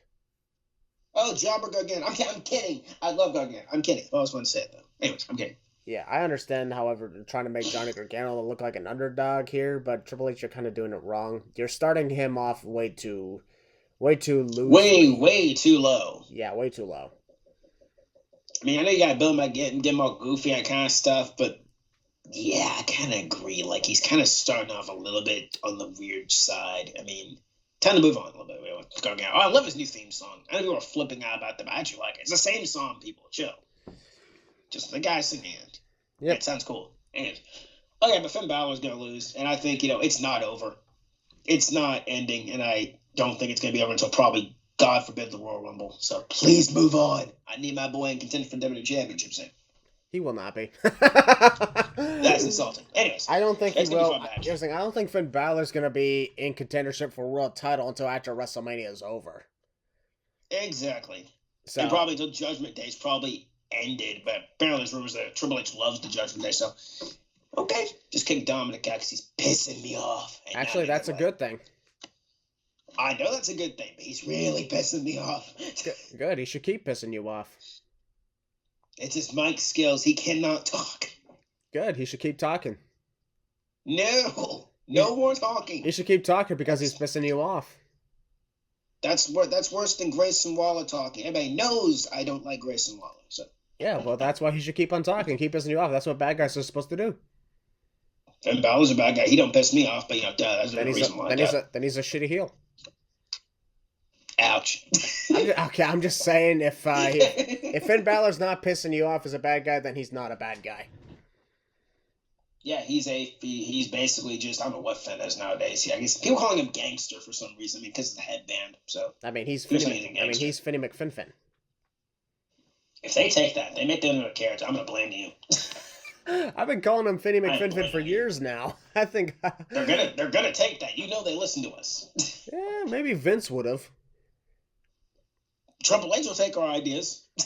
Probably. That's a good thing, actually. Maybe. That's a good thing, probably. Anyways, next. AJ Styles is going to win, beat Finn Balor, so yeah. All right, we're going to move on now to a triple threat match for the United States Championship as the champion, Seth freaking Rollins. No, just Seth Rollins. Seth freaking Rollins, shut up. Is defending against Bobby Lashley and Austin Theory. The new Austin, the very, very violent Austin Theory. Yep, he's very dark and very evil. Oh, you're talking about, Theory. I think you're talking about somebody else. Anyways. Oh, that guy's irrelevant too. Anyway. I will say, can we just take this moment and say, what the fuck is Mustafa Ali doing? Here's here, I'm going to write this down. There you go. Here you go. Right there you go. You just scribbled his name out. Yeah, that's what's going on. Oh, so he's just, he had like a big push set up. He was about to get a title match with Seth Rollins. Wait. Write this down. Put that right there. Okay. There we go. Right there. There you go. Read that. Oh, they gave up on him. Yes, they did. Yeah. Okay. Who cares? Fair point. Yeah, Mustafa Ali kept confronting Austin Theory, Seth Rollins, and Bobby Lashley on multiple occasions trying to get a title match. Kept on getting his ass kicked, never got his title match. And he got beat up throughout the entire time. He keeps getting his ass kicked every single week. Someone thinks that he pissed off somebody backstage. I mean, when you complain on social media, which is slightly what he did, that was months ago, but still, you might as well keep your mouth shut sometimes, Great athlete, I'm not taking that away from him, but just maybe that's why they're doing it, because he won't keep his mouth shut on social media, so he's being probably punished. So understandable. Being pretty problematic, isn't he? Yeah, not as problematic as other people out there. But I guess he wants to wrestle, and he's just not. He thinks he deserves this, and understandable. But not everyone deserves, everything. You gotta earn it. Bingo. Gotta earn your stuff. That's how things work in life. Exactly. So I will say that it's cool to see a triple threat going on here with Seth Rollins, Austin Theory, and Bobby Lashley. But also, when you think about it, it's almost 3 heels here. What do you mean Rollins is a face now for some reason? I don't think he is, no. The crowd's chanting his name. The crowd's been chanting his name even before he was a visionary. That is true. I guess he's even warming up to the crowd. He's acknowledging them too. That's what faces do. I know, but here's the thing. He's been saying those same catchphrases even before he was feuding with Cody Rhodes. Oh, yeah, that reminds me. He did reference Cody Rhodes. That is a heel. Yeah, he's still a heel. Yeah, here's the thing. Yeah, Bobby's not a heel, though. Bobby's a more aggressive babyface, is what somebody told me. Not really. He's honestly looking him toward more of the heel side ever since, he was with Brock Lesnar, who's a good guy. Which is still insane to see. Yeah, then you got Austin Theory, who, well, let's be honest, was never a good guy. Good. So it's a triple threat with 3 heels, and I'll be honest, if Mustafa Ali was in this and it was a fatal 4-way... He would have died. Would it have been 4 heels? Because I don't know what the hell... because Ali's a face. I don't get how he's a face, because... I don't see what his... He confronted Seth Rollins a few weeks ago. Okay, and demanded a title match. I mean, don't bad guys demand things? Not all the time. He, demanded a title shot. He says that he earned it. I don't know what he did to earn it, but okay. Yeah, he literally did nothing to earn it. Maybe that's why he never got it. And he got in a freaking butt kicked throughout the entire few weeks. And then you got destroyed. Yep, it's all big. Well, thanks for coming.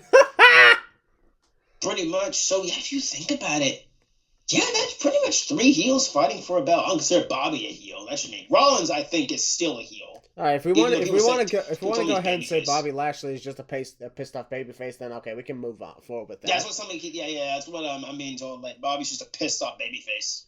I mean, I guess that could work in some exchange, but at the same time, it just feels weird. We got 3 aggressive, almost villains. Very aggressive. Very, very aggressive people out here. Rollins is aggressive. Theory is unhinged and psychopath at this point. And Bobby is Bobby. Yeah. Bobby killed Ali this past week. Literally. And then there's Mustafa Ali trying to get trying to get involved here like Squidward at his own talent show. Dude, I could see happening. Imagine on Survivor Series night, they changed to a fatal 4-way just right out. Just adds Ali to it. Don't laugh, they could do it. And then of course he takes the pin easily. Yeah, pretty much. He's gonna take the pin. Yeah. Because let's be honest, who would be taking the pin in this match? Yeah, that's the other thing I want to talk about. Let's take a look here. Seth Rollins, getting pinned? I highly doubt. I don't know if they would have him lose his U.S. championship, given how insanely awesome he's doing with his title reign. Would you pin Austin Theory, who is finally at his own new game now? But at the same time, would you pin Bobby? Would you pin Bobby Lashley? The answer to that is also no. That's why I think Ali's going to be slid into this. Yeah, that's why I believe, Mustafa Ali would probably be added into a Fatal 4-Way. Probably during the pre-show, he'll probably do something. Mm-hmm. And so should we just call this a Fatal 4-Way anyways? Yeah, I guess in a way we can, because, let's do it. Mustafa Ali is part of this whole thing, and... Yeah. So if he's being slid into it, then, okay, then I'm going to pick Seth Rollins to win. Yeah, easily. Mustafa Ali. Because I think Theory's taking the belt from Rollins anyways. At the same time, I don't get what the hell they're doing with Mustafa Ali. He's doing this thing with the U.S. title match, and then he was part of that World Cup on SmackDown, which he also lost. Then he turned babyface. That's when he turned babyface on that night. He just... Wait, I thought you said he was already a babyface. Well, I guess he turned more babyface at that point. Because he was How the hell do you do that? How the hell do you turn more babyface?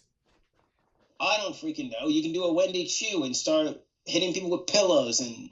Oh, come on. Pillow fight. Okay, here, I'm just saying, pillow fighting is villainous. How? Because it's deadly. You don't want those feathers up your ass. What if you enjoy it, though? Okay, there are some people who enjoyed it, but the majority of people don't. Yeah. You ever try to see a group of guys trying to get into a pillow fight? Yes, I have. I've been involved in pillow fights. I won.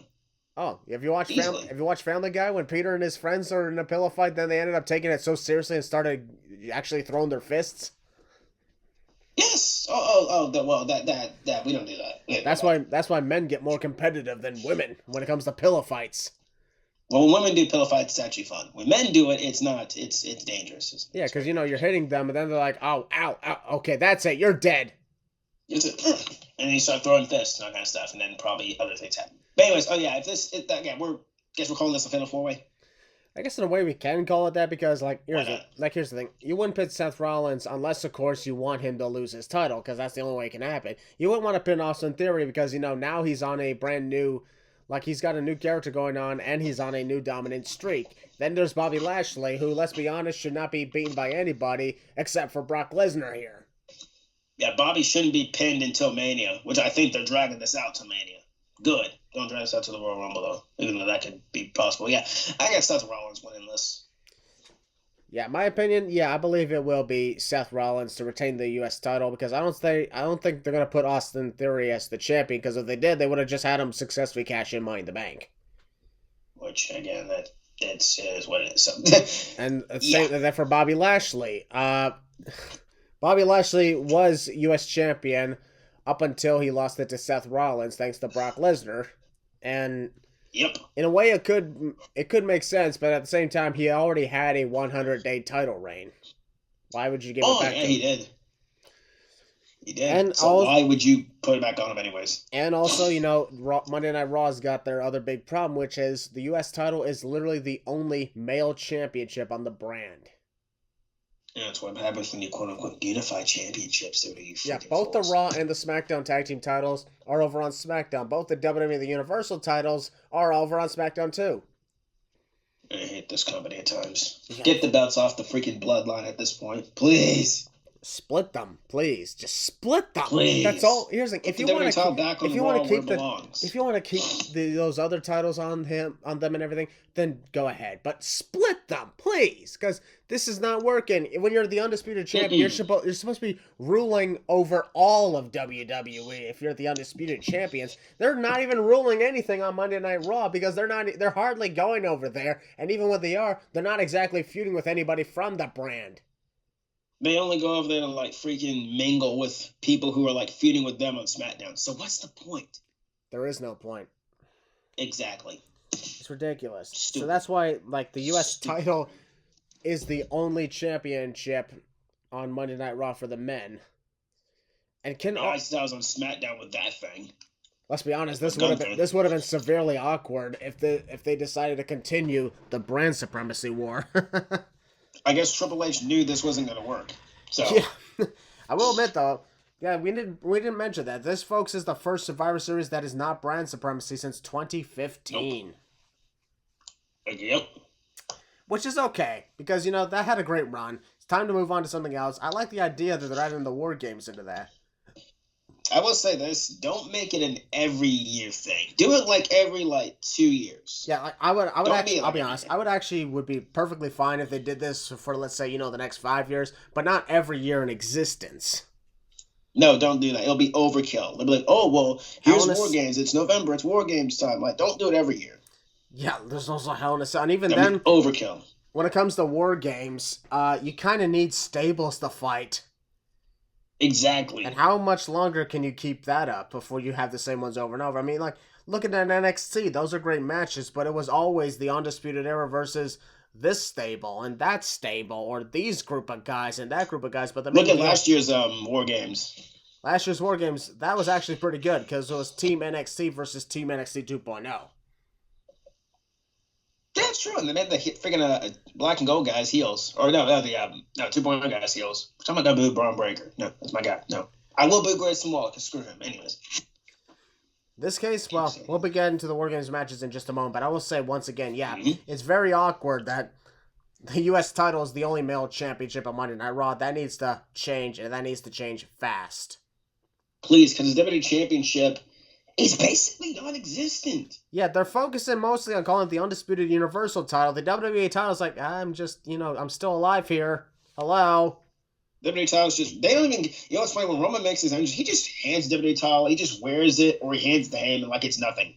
Yeah, it's the universal title that gets the most attention, even from Paul Heyman, who's lifting it.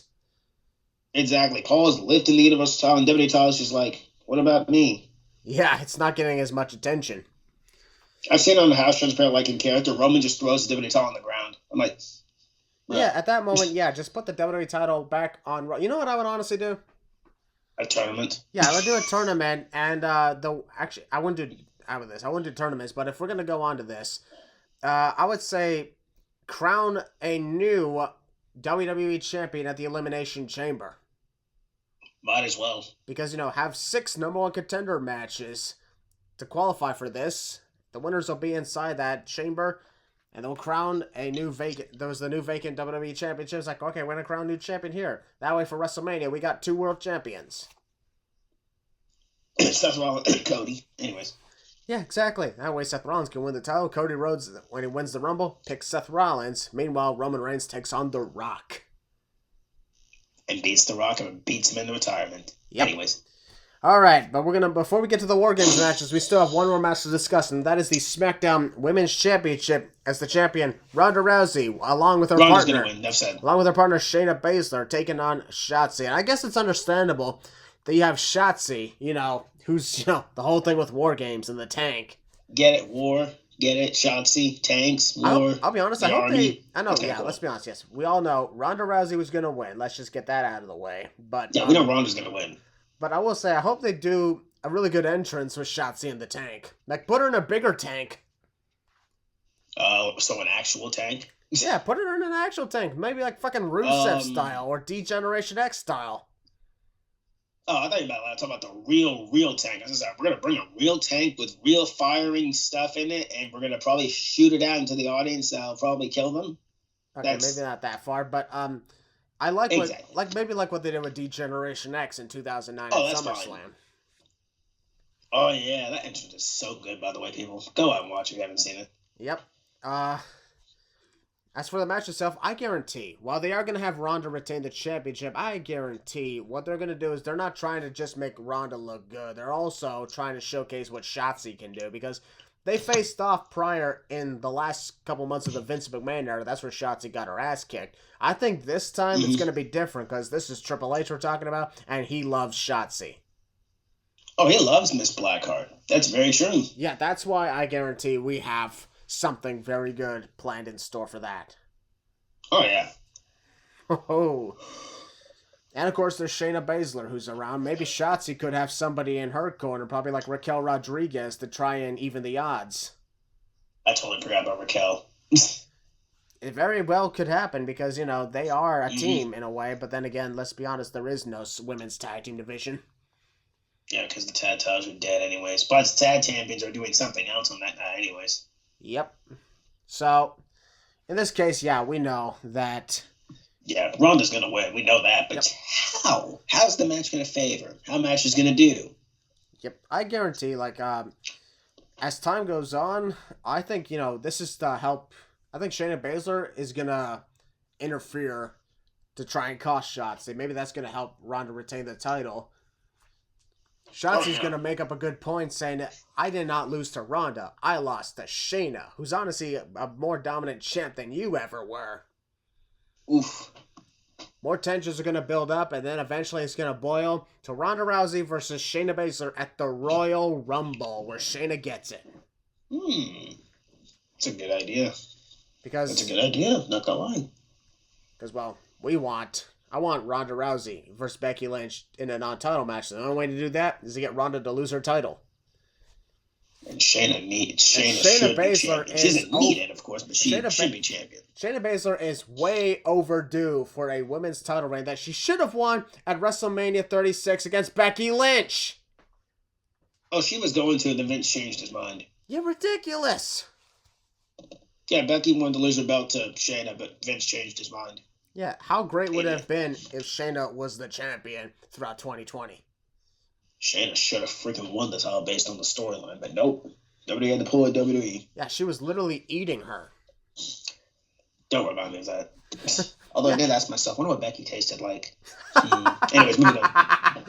Oh my God, heel Well, Balor that's actually went Seth there. Rollins. So, anyways. Yeah, I'm like, wow, Willie actually went there. Yeah, you dang right. Hey, we ain't PG. This ain't no family-friendly show. Well, we still are trying to be some good guys here. I'm just saying. That is true. Yeah, that is true. But overall, though, yeah, it seems to me like Ronda Rousey, let's be honest, there were many times throughout this run where it was just not that good. It seems to me like Shayna Baszler is actually at least helping in a way for her case. Ronda's, I mean, she's decent. Sorry, I'll say this about Ronda. While she's not the best in the ring, she's really good at talking. Yeah. That's the thing, people. I know people love to crap on Ronda 24/7, but you gotta give her credit. She has good mic skills. And no, she didn't kill the women's division, people. Well, good. I mean, decent. Is decent the word? Yeah, I'll be honest, yeah, Ronda kind of needs to work on that. But, a lot of that was because, she was being a babyface, and she sucks as a babyface. Yes, because smiling and being all happy doesn't work. No, being a heel a heel is actually good because, someone who can whoop your ass should honestly be bragging about it. Yeah, Brock Lesnar. Anyways, I'm kidding. Don't turn Brock heel ever again. I love Cowboy Brock. Don't ever turn Brock Lesnar heel. You keep him like that forever. Oh my God, what the hell is wrong with you? Because I love babyface Brock. I love that cowboy. Oh, yeah, I understand that. Well, heel Balor, are you ready to go into war? All right, let me grab my freaking stuff. All right, put this on. Okay, put the pads on. Put the rollerblades on. Okay, we're good. Rollerblades are on. Wait, back up. What do you need? Okay, we're good. Wait, what do you need rollerblades for? Because afterwards we're gonna go rollerblading. What? No. What? Oh, okay. Yeah, we're gonna go rollerblading. We talked about this. You, me, Ryan, and Connor. We're gonna go rollerblading. Oh yeah, I forgot. Yeah. Yeah, Captain too. Yeah. Yeah. I don't know if my skates fit me or anything, but we'll figure that out. Yeah, exactly. We're gonna go rollerblade after this. After we get up with the podcast, after we're going to war, we're gonna go rollerblade. Excellent. Then we're gonna get some pizza afterwards. All right. Sounds good. Pineapple? No, screw pineapple pizza. Fuck you! No, we ain't doing this. No. I told you before we started recording, there's no pineapple on pizza. Fine. Can we at least get pepperoni on it? Yeah. Wait, no pineapple stuff. Okay, here's the thing. We'll put pineapple on this side, and we'll put pepper on the other side. Ryan, what do you want? He's not here. He's meeting us over there. Well, I'll ask him when we get there. Yeah. How about you, Connor? Yeah, he's also waiting for us there. Oh. Well, there's Kelsey. She's No, we invited her, but she's not gonna go. She's too busy. Okay. It's understandable. All right. Okay, fine. At this point, she has a better life than we do. That's very true. That's what's gonna go to Walmart and do some shopping. Yeah, understandable. All right, folks, we're gonna go on to the 2 WarGames matches. The first one we're gonna talk about is the women's WarGames match, and wow, I'll be honest, it's actually looking good.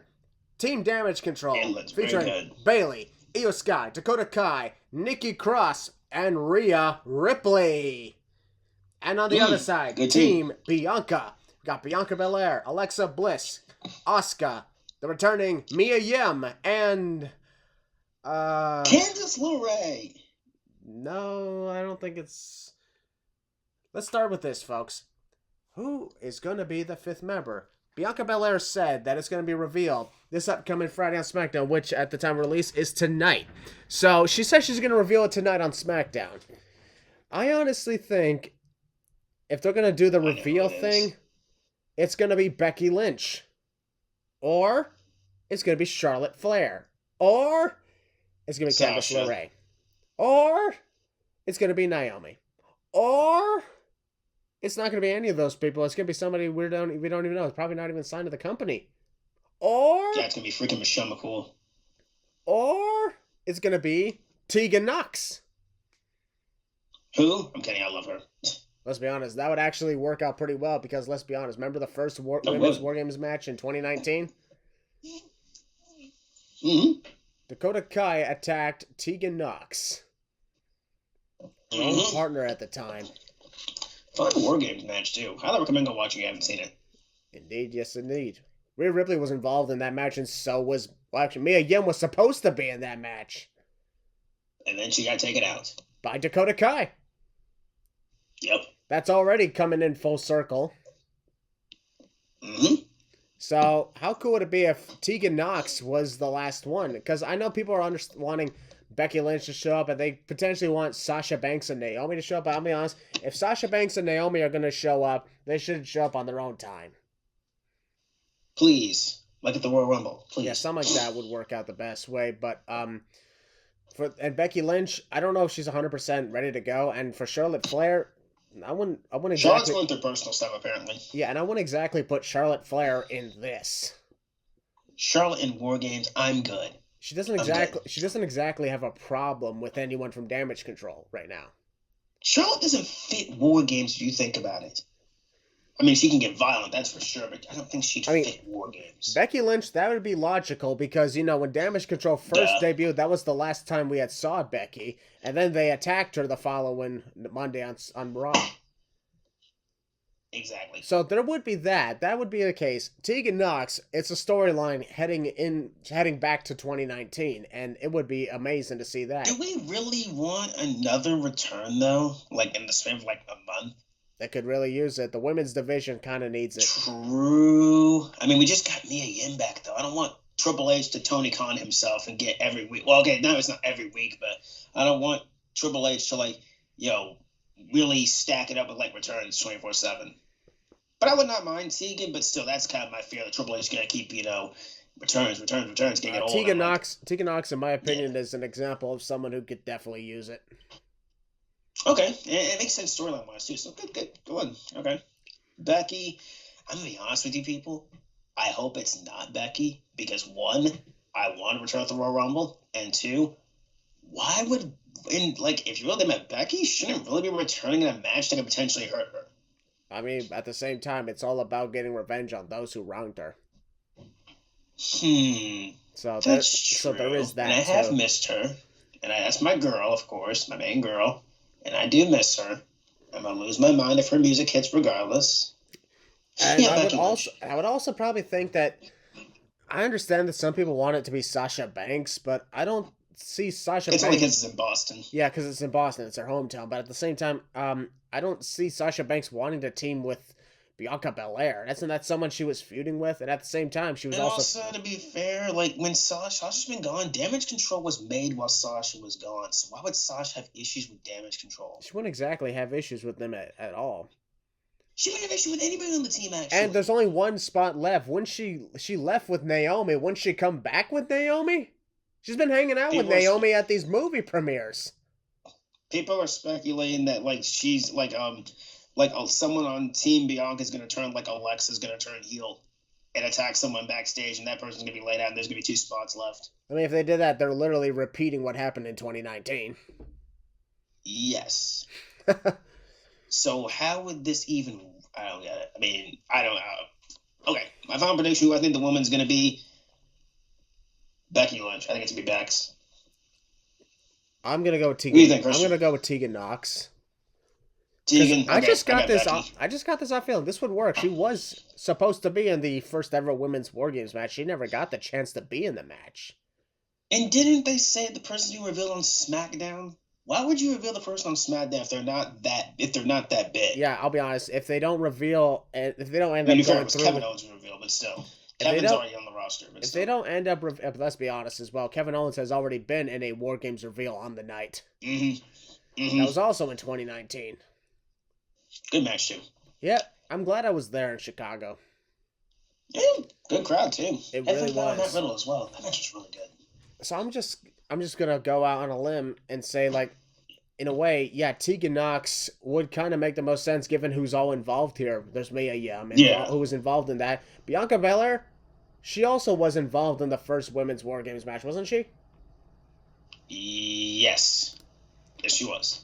Yeah, and of course Rhea Ripley was also involved in that match. Dakota Kai was also in second WarGames. Yes, Dakota Kai was in that WarGames match, and so was Io Sky or Io Shirai at the time. 4 people, right? That's 4 people. That's already 4 competitors. 1 and a 2 and a 3 and a 4 and a 5. Actually, no, a 5 and a 6. 5. 5 people have been inside WarGames in this match. This is the second time. Bianca Belair, Mia Yim, Dakota Kai, Io Sky, Rhea Ripley. If we add in Tegan Nox, that'd be 6. There you go. So there's your WarGames. Because if you think more about it, we're talking about We're talking about connections of all these other matches. That could very well be what we're going for here. Exactly. If you want to return Becky, just have her return at the Rumble. Or return her the night after WarGames. The way they're dragging out makes me think it is going to be Becky. Yeah, because... and yes, people have heard about the rumors and all that. Yeah, whatever. I'll believe when I see it.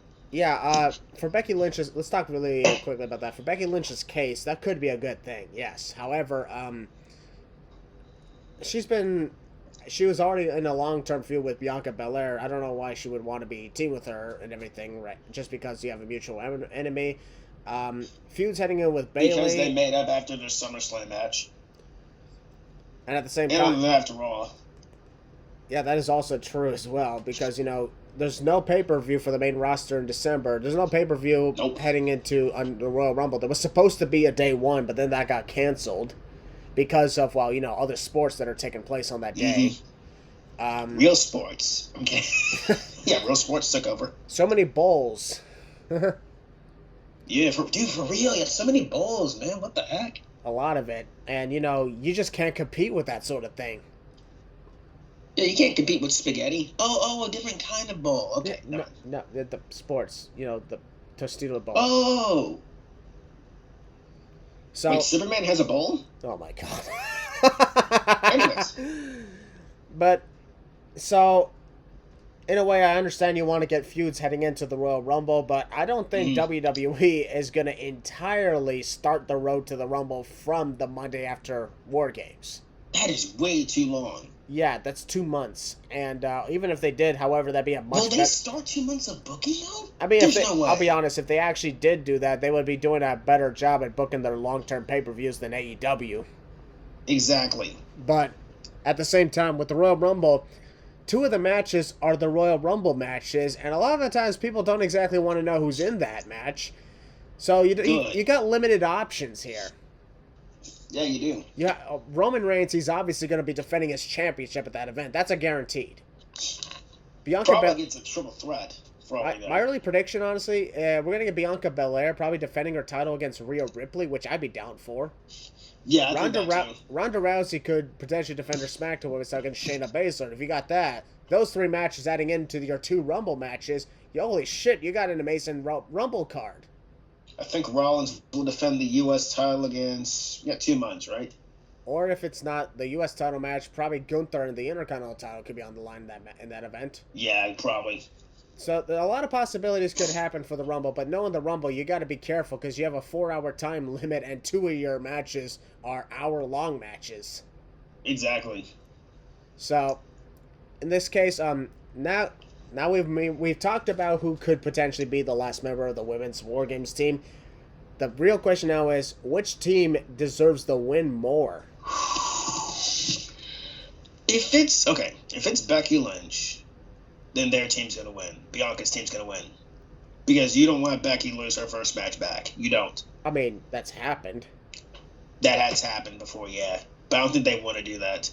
Don't have to, because apparently there's rumors that Triple H loves Bex. I mean, who doesn't love Becky? And they want to push her to the freaking moon. Actually, let's not do that. Let's kind of pull back a little bit. She's had her turn. I love my girl, but she's had her turn on top. I really think Damage Control needs this more. Because just with the way the story's going, it calls for them to win if you think about it. Yeah. But in reality, the baby faces are going to win, so I'm going to go with the baby faces. So there you go. I want Control to win because just the way they've been booked, especially from Crown Jewel, which still makes me super mad. But yeah, I think I'm going to go with the baby faces here, Team Bianca. Yeah, because, well, Damage Control, they got the win over Bianca Belair, Asuka, and Alexa Bliss at Clash of the Castle. But then there's Extreme Rules where Bianca easily beat Bayley and the other 2 members of Damage Control single-handedly. Gross. Crown Jewel, where Bianca once again won the retain against Bayley. Won that match. Because Bayley was acting like a fucking idiot throughout the whole match, as if she had as if she had no idea what she was doing. Freaking weird. Yeah. And then, of course, well, you have that, and of course, oh my god, there is so much others as well. There's what? Damage Control really could use it because, let's be honest, Bayley's lost her legitimacy as a heel.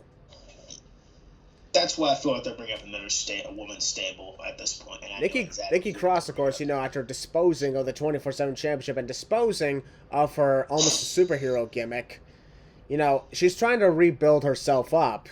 So would you have her lose for that? And then you got Rhea Ripley who's part of the dominating Judgment Day. And Mia Yim just came back too. Would you have her? I mean, she's already won her match, so she can lose. Yeah, so, But do you really want to have Becky lose her first match back? I mean, you can, but I don't think they will do that. That's why I'm going with the baby faces. Plus, I got something to talk about with the heels within the main event, so... It's just, honestly, in my opinion, a really tough... Who's going to win? It's a really tough deal to think about, because while one team can benefit from the wins, the others will not. Kind of really can't. Yeah. Because you need that win for the heels in this. And plus, where would Control go after this if they lose? Yeah, where would Damage Control go? They get destroyed entirely. What's going to be the nail in the coffin, Christian, if they do lose and basically Bianca's team is standing over all of them? It's unfortunate that's, in my opinion, that's the reality of how this is going to go. If Damage Control loses in the WarGames match, they'll have lost to a Bianca 3 times in a row, and that's it. It's done and over with. The other freaking, the other caliber in this match is Alexa Bliss. People are saying Alexa's going to turn heel, like I said at the beginning.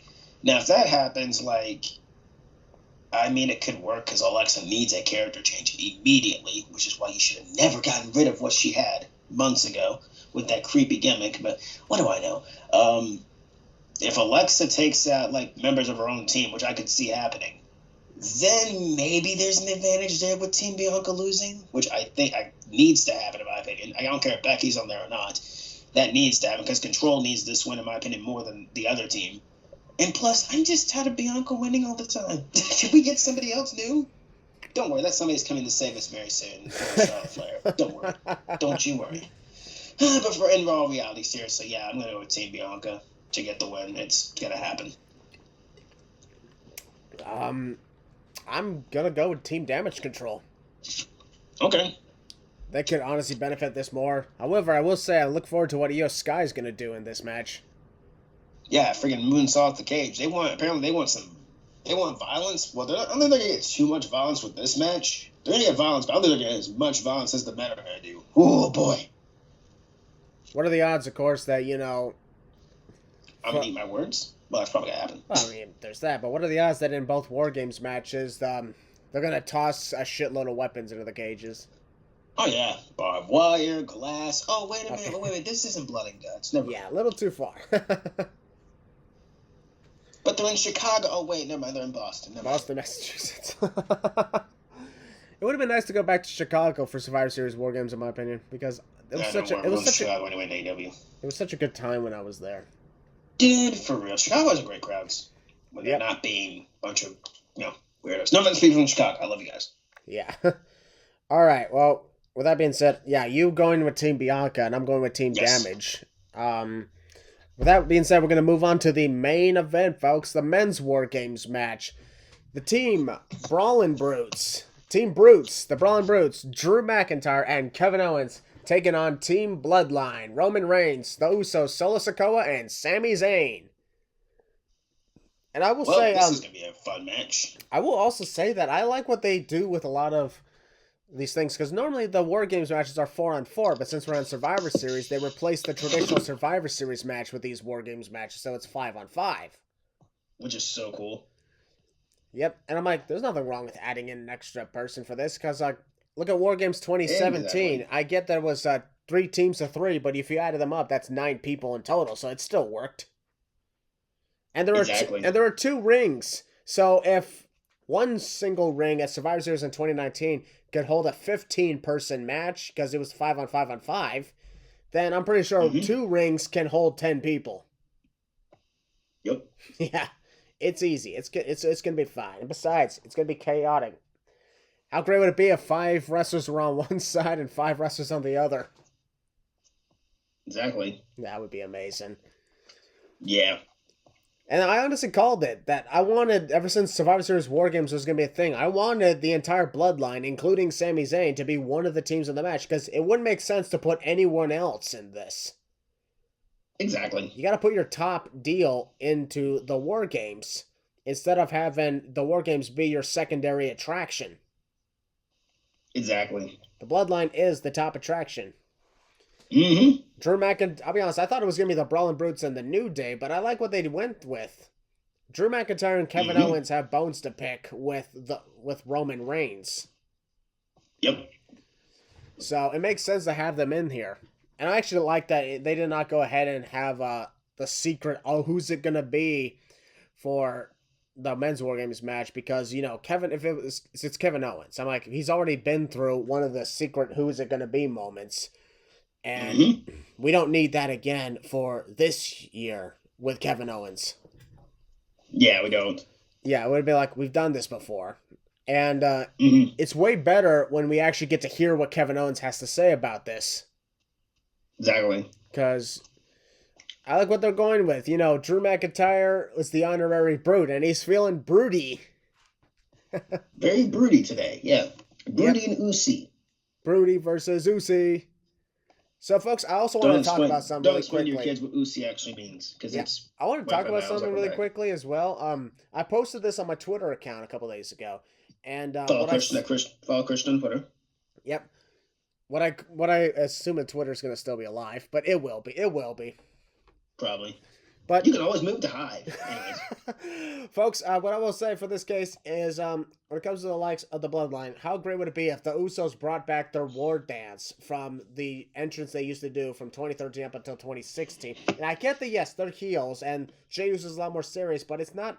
It's a tribal thing. Yeah, it's a tribe thing. And it's a tribe dance about going into war. The match is called War Games. Might as well do that. Add in Solo Sikoa to also do the dance. Sami Zayn is the one who yells, hey, when we say oos, y'all say E. Ooh, C. Ooh, C. You know what? Just for the heck of it, I want Roman Reigns to do it too. Just I want to have a big laugh. I want to see Roman Reigns do it. Nah. They all do the jump, the pyro explodes, and then the head of the table's music hits. So the pyro blows at the tribal chief? No, that's before his music hits. Oh, well, there you go. So that way they execute that, and when they do that, holy shit, how cool would that look? So the second the pyro hits, his freaking theme song hits. That'd be sick. Yep. So I think for this occasion, Sami Zayn, here's the thing. Roman Reigns, the Usos, and Solo Sikoa should wear war paint. But Sami cannot, in my opinion, because, well, it's a kind of a culture thing, and you cannot wear that sort of thing unless you actually belong to said culture, because, it's a sign of disrespect if you do that. Exactly. So I wouldn't exactly go through with that. However, I would, yes, go through with having, the rest of the members wear the war paint. And this just shows another example that Sami Zayn is not a full-blown member of the Bloodline. So it actually makes sense to have him wear his usual gear. So I will say, I think this would look great if they did that sort of entrance. Because if you want to create a cool moment, that's a cool moment right there. And that's before the match even begins. Exactly. But holy shit. To add that in and to have the Brawling Brutes, Drew McIntyre, and Kevin Owens. Oh my god. There's so many storylines set up from this. From the tag team sides to Drew McIntyre having his issues with both Solo and Roman. And Kevin Owens having his issues with Roman. But also, he wants to snap his friend Sami Zayn out of this. Oh yeah. Everyone has a goal in this storyline. With more than just one member of the Bloodline. And that's why it's the perfect War Games match. It really is. And because, there are 5 competitors on each team, we all know the intervals are probably going to take a lot longer because, there's not 4-on-4, it's 5-on-5. For real. I'm cool with it, though, because it's going to look great. I am too. Now, with that being said, it's time to ask ourselves, who deserves to win more? Is this a tough one? Who should win this? Tough decision, huh? Well, let me see. Who can benefit more? Bloodline, let's take a look. Let's start with the Bloodline. They're already on top of the world, but at the same time, you wouldn't want them to exactly lose their momentum in a way. But at the same time, you got the Brawling Brutes, you got Drew McIntyre and Kevin Owens all on a path of redemption for their losses. Yeah, true. So would you want to have all of them lose on their chances of redemption? But at the same time, would you want the Bloodline to lose? I mean, obviously Roman would not take the pin if that would happen because, well, Roman Reigns ain't taking any pin until he loses his title. Exactly. So it's a little tough to predict this one, and I think that's a great thing. Exactly. But I do have an idea on how this could end. Throw it. What you got? All right.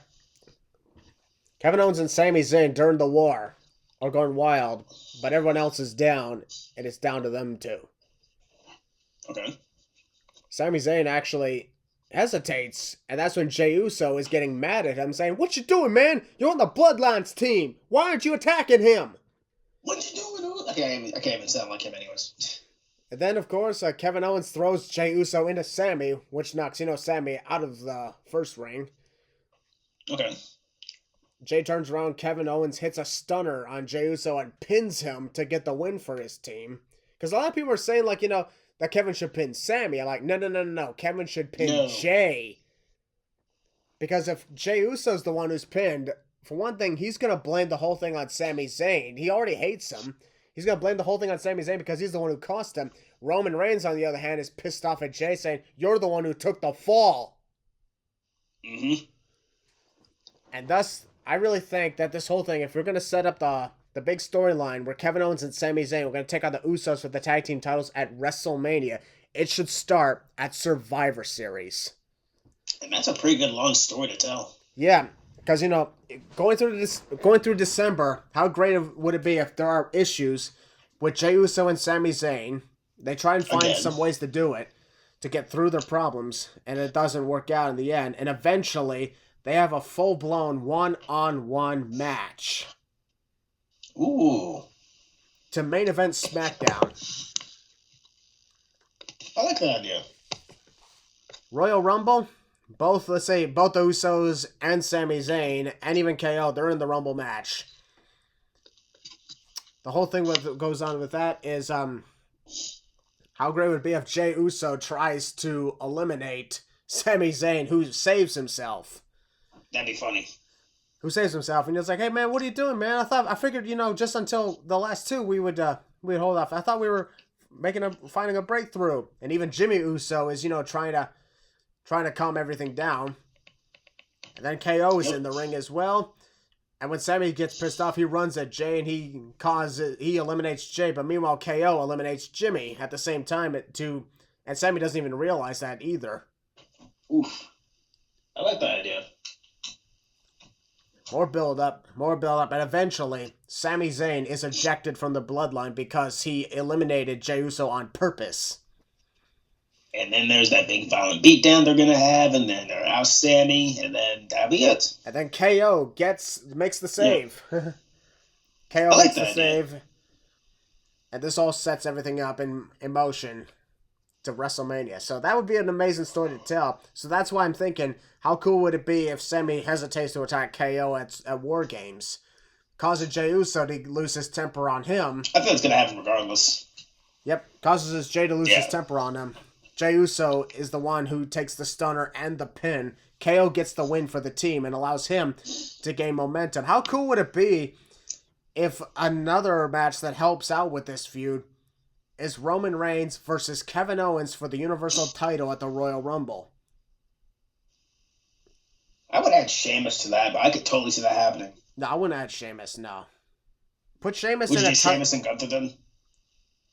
Add Sheamus and Gunther at WrestleMania, Part 3. Oh, there you go. He dethrones him. There you go. Yeah, he dethrones him at WrestleMania. But no, what I'm saying for this case is the reason it could work is because how insane would it be? KO's challenger for the Universal title, that could be also the ultimate act of Sami's loyalty. Mm-hmm. Because what if Roman actually says, like, "Wise man, I don't want you at ringside. I want Sami Zayn at ringside for this match." Ooh. So there you go. that would be an ultimate test and a challenge, and a great loyalty. build up into that. I like that. Because we all figure Roman Reigns' WrestleMania opponent will likely be determined at Rumble, either Cody Rhodes or The Rock, which hopefully it is The Rock. It's probably going to be both for all we know, and not a triple threat. No, they're not. Both. Roman Reigns, if he's not even performing at certain pay-per-views, he's sure as hell is not going to perform both nights at WrestleMania. I think somehow he is. That's just me. I don't know what could main event night 2 then, if it's not Roman and The Rock. Roman Reigns and The Rock. Roman Reigns and The Rock, in my opinion, has to be main event of night 2, no matter what the hell else is going on, because that is the only match that could do it. I feel like Roman's going to pull a double duty, because I feel like Cody's going to win the Rumble. The Rock's going to come in regardless and say, his usual shtick, and then they're going to do, night 1 I face Cody, night 2 I face The Rock. I feel like that's what they're going to do. And both times won't be on the line. Roman's going to say, I'm going to put one time line against you, put one time line against you. And then, they're going to do it. They'll retain one, then he'll lose one. I don't think Roman would do that. That's the other issue. He's too proud of the position he's in. They got to somehow split the belts up then. Yeah, but at the same time, Roman's character is too proud of where he's at, so I don't think that would work at all. That is true. So then you put the belts up in the Rumble. That's what I do. Yeah. But yeah, the Roman Reigns, Kevin Owens match. I know people want Roman Reigns and Sheamus at the Rumble because, it's a match they hadn't seen yet, and we've previously seen Roman Reigns and KO at the Rumble twice. But if you look at the storyline perspective, it makes more sense to do it then. Because, especially if KO... It makes more sense with Kevin if you think about it. If KO is the one who helps Team Brutes get the win thanks to that attack and everything, and he gets his momentum, it's a good way to challenge Sami Zayn's loyalty and set up for KO and Sami taking on the Usos at WrestleMania. Exactly. It all starts with this and ends with that. I don't see any other better way to do it. Mm-hmm. I mean, you won't exactly want to put all that to the side just to wait till after the Rumble. I'm like, no, build it up now. You gotta do it now. You gotta do it right now, because you got 2 months to build it up. Which I think the whole build for everything's gonna start the night after the WarGames. Yeah. Everything that's gonna come into the night after WarGames immediately when they start the Royal Rumble. Immediately. You got 2 months to build, which is still insane to me. But you have 2 months to build for the Royal Rumble. So. And yeah, I think that's how they're going to do it, honestly. They're going to start, the road to the Rumble. After that, we could get Kevin and Roman. Again, their matches are always fun. I also thought of something. I went up with that, Christian. I went up with Roman and Kevin. All right. I put them, and this sounds weird. I know it's not going to be the time to do it. I know it's not personal enough. But you know what? I put inside Hell in a Cell or a Steel Cage. Not bad, not bad. Because you want to test the loyalty of Sami Zayn, right? Yeah. Well, what better way to do it than surround them with a cage? That could be the case, yeah. And have Sami watch at ringside, saying, hey, you got to sit there and you got to watch what I did to your best friend. And you can't do anything about it. So you got to test the loyalty. That is also true as well. Mm-hmm. There is another scenario I could see for the Rumble. What do you mean? And this could be a way to actually showcase, you mentioned Roman Reigns potentially pulling double duty at WrestleMania. Yes, sir. What if it happens by this? What do you mean? Roman Reigns competes in the Rumble match, pulls a Brock Lesnar. Competes in the Royal Rumble match. Okay. And while Cody wins the Rumble match, Roman's eliminated by The Rock. Wait, you're saying The Rock would be in the Rumble? Okay, then who eliminates The Rock? Cody Rhodes. You want Cody? Actually, no. Back up. Who eliminates The Rock? Roman comes back and does it. You know what? That could work, actually. That way. That could work. That way, Rock doesn't have to win the Rumble. He gets his match with Roman because of that. But Cody gets the title match at WrestleMania. It depends on what night that would happen. Night 1, Roman versus Cody for the championships.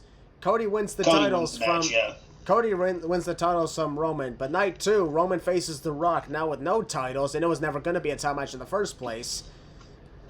I feel like The Rock is going to help Cody win the titles, though. I don't know why. And Roman gets the win. That way, you know, if he loses the titles one night, he regains his momentum the next night. It's better wait. Here's my question. What would you do for the chamber? Would you still do Roman inside the chamber? Roman's not competing inside the chamber. Because Roman's probably going to face Sammy in Montreal. No, Roman's not competing at all. He's not going to be... Oh, that's right. He's not going to be there. That's right. No, he's not going to be at the chamber, no. That, in my opinion, should be... I wouldn't be against putting Sami Zayn versus Jey Uso at the chamber in Montreal. There you go. That would be the first act of the build-up. The rest of the Bloodline beat down Sami regardless of match result. KO makes the save and it sets it up for Mania. There you go. With Solo Sikoa banned from ringside. See, here we are booking I know we're pretty much done booking Survivor Series, but here we are. We're talking about the future. We're booking the future. Yeah, WWE has a chance to actually make a lot of this work out. So, exactly.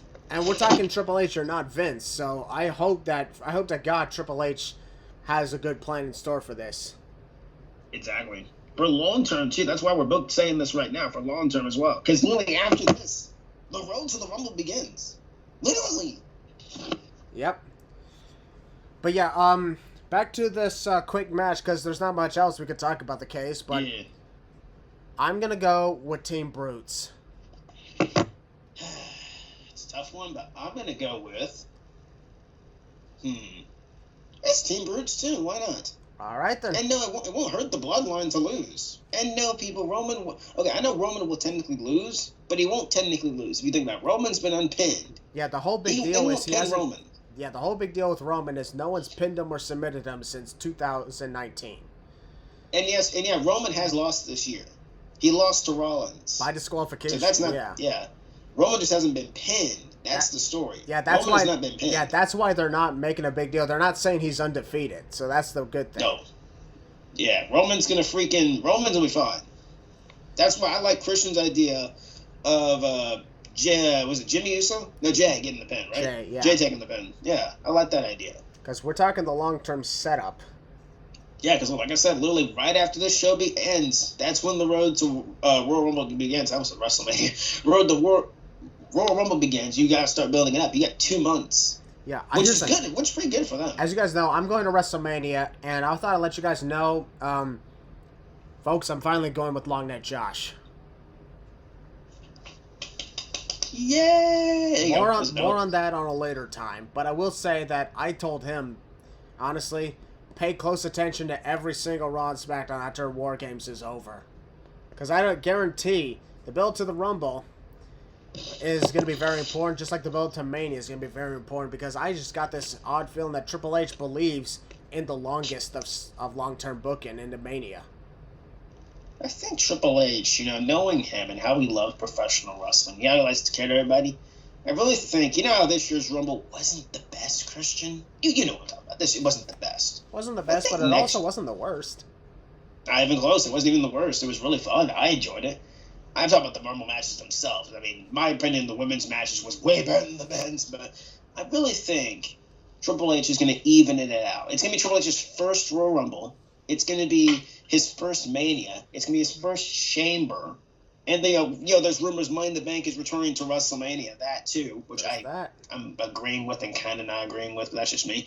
I think Triple H is going to spice up 2023. Yeah, here's the thing. If you take a look at things, Triple H's first SummerSlam was this year, and how great was that show? Really good. Extreme Rules. Oh my God. Banger. Crown Jewel. Clash of the Castle. Bangers and bangers. Yeah, and now we got WarGames. Which I guarantee is going to be incredible, because Vince never booked the WarGames stuff. No, he never did. That's Triple H. And then, of course, it's going to be a first Rumble after that, first Elimination Chamber, and then first WrestleMania. This is all a test to see how Triple H truly can be in control.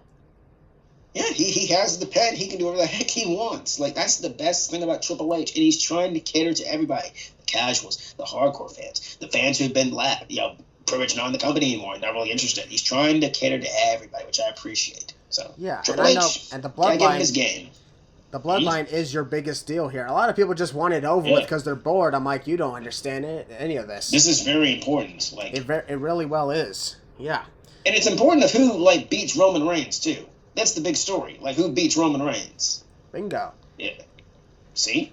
What I also like about Triple H and his long-term booking here is, from what I heard, did you hear that they're already planning out WrestleMania 43's location?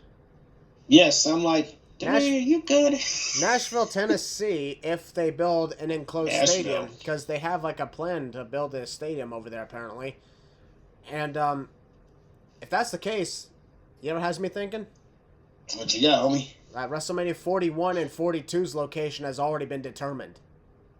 I think so too. Because I know WrestleMania 40 in 2024 is in Philadelphia. That's already been confirmed. That was confirmed a couple months ago. Your boy's birthday, baby. Yeah. That's what's up. So I'm thinking in 2025 and 2026, those locations are already determined. Because, you know, this is like the Super Bowl. Like the Super Bowl, the Super Bowl for the next 4 years, I think, has already been booked. Yeah, it's already planned out, dude. Yeah, they've been doing that for pretty much their entire existence. And WWE is the Super Bowl. WrestleMania is the Super Bowl of WWE, so there you go. And as you know, WrestleMania 40 is coming in. I guess that's the return of the numbers because the logo, Roman numerals are literally back. Which I love that. I love the numbers and the Roman numerals. Those are so cool. Yeah, that would mean we would have the entire 30s, aside from WrestleMania 30, full of no numbers. The 40s into the 50s, then the 60s, and the 70s, and the 80s, and the 90s, and all the way to 100. Oh my God, WrestleMania 100. Will we be alive by then? Jeez. Well, let's see. I was born at WrestleMania 12, so we were both born right after WrestleMania 12. We would be in our 90s at the time of WrestleMania 100. Damn. So at that point, no, I'm likely gonna have been dead for 20 years. I don't see myself living a very, very, very long life. That is true. Yeah, we'll be on the other side. So we'll see. We'll still be watching WrestleMania from up above. You're dang right. My offsprings will be down here, freaking doing our jobs for us. Yeah. We have the new losers lounge featuring our kids. Exactly, dude. Yes, please. Oh yeah, Did you hear they already they're looking at a place for SummerSlam. Actually, yeah, I did. The location is Detroit, Michigan. Yes, they got a few locations there. One that's very familiar. Ford Field, WrestleMania 23. Mm-hmm. One of my personal favorite WrestleManias of all time. And if they do that, I want to let you know, man, this would be history in the making because really? That'd be the first stadium to have hosted a WrestleMania and a SummerSlam. I thought that's happened before. No other stadium has done that. Could you name a stadium that is history? Could you name a stadium that has hosted both a WrestleMania and a SummerSlam? Nope. Exactly. That'd be the first one. Wow. Okay, there you go. So yeah, there you go. WrestleMania is already planned out. You got SummerSlam next year, 2023. Folks, I thought SummerSlam was going to be at where it was this year. Yeah, I heard a rumor about that, but I guess the new rumor is Nashville for WrestleMania 43. Nashville, yeah. For 2027, which doesn't sound that bad. By that point, we'll be heading into our 31st birthdays. Yes, we will. Good God. Well, I'm at least glad that they have ideas planned out because it's not just that. It's cities have been literally asking WWE that they've been placing bids like Super Bowl. Yeah, my city needs to start doing that. Yeah, because I like it when cities are literally offering to host WrestleMania. Yeah, that's the thing with people. They gotta realize the city's offer. You gotta bid. Your city has to bid for the show. Like, that's how this happens. Yep.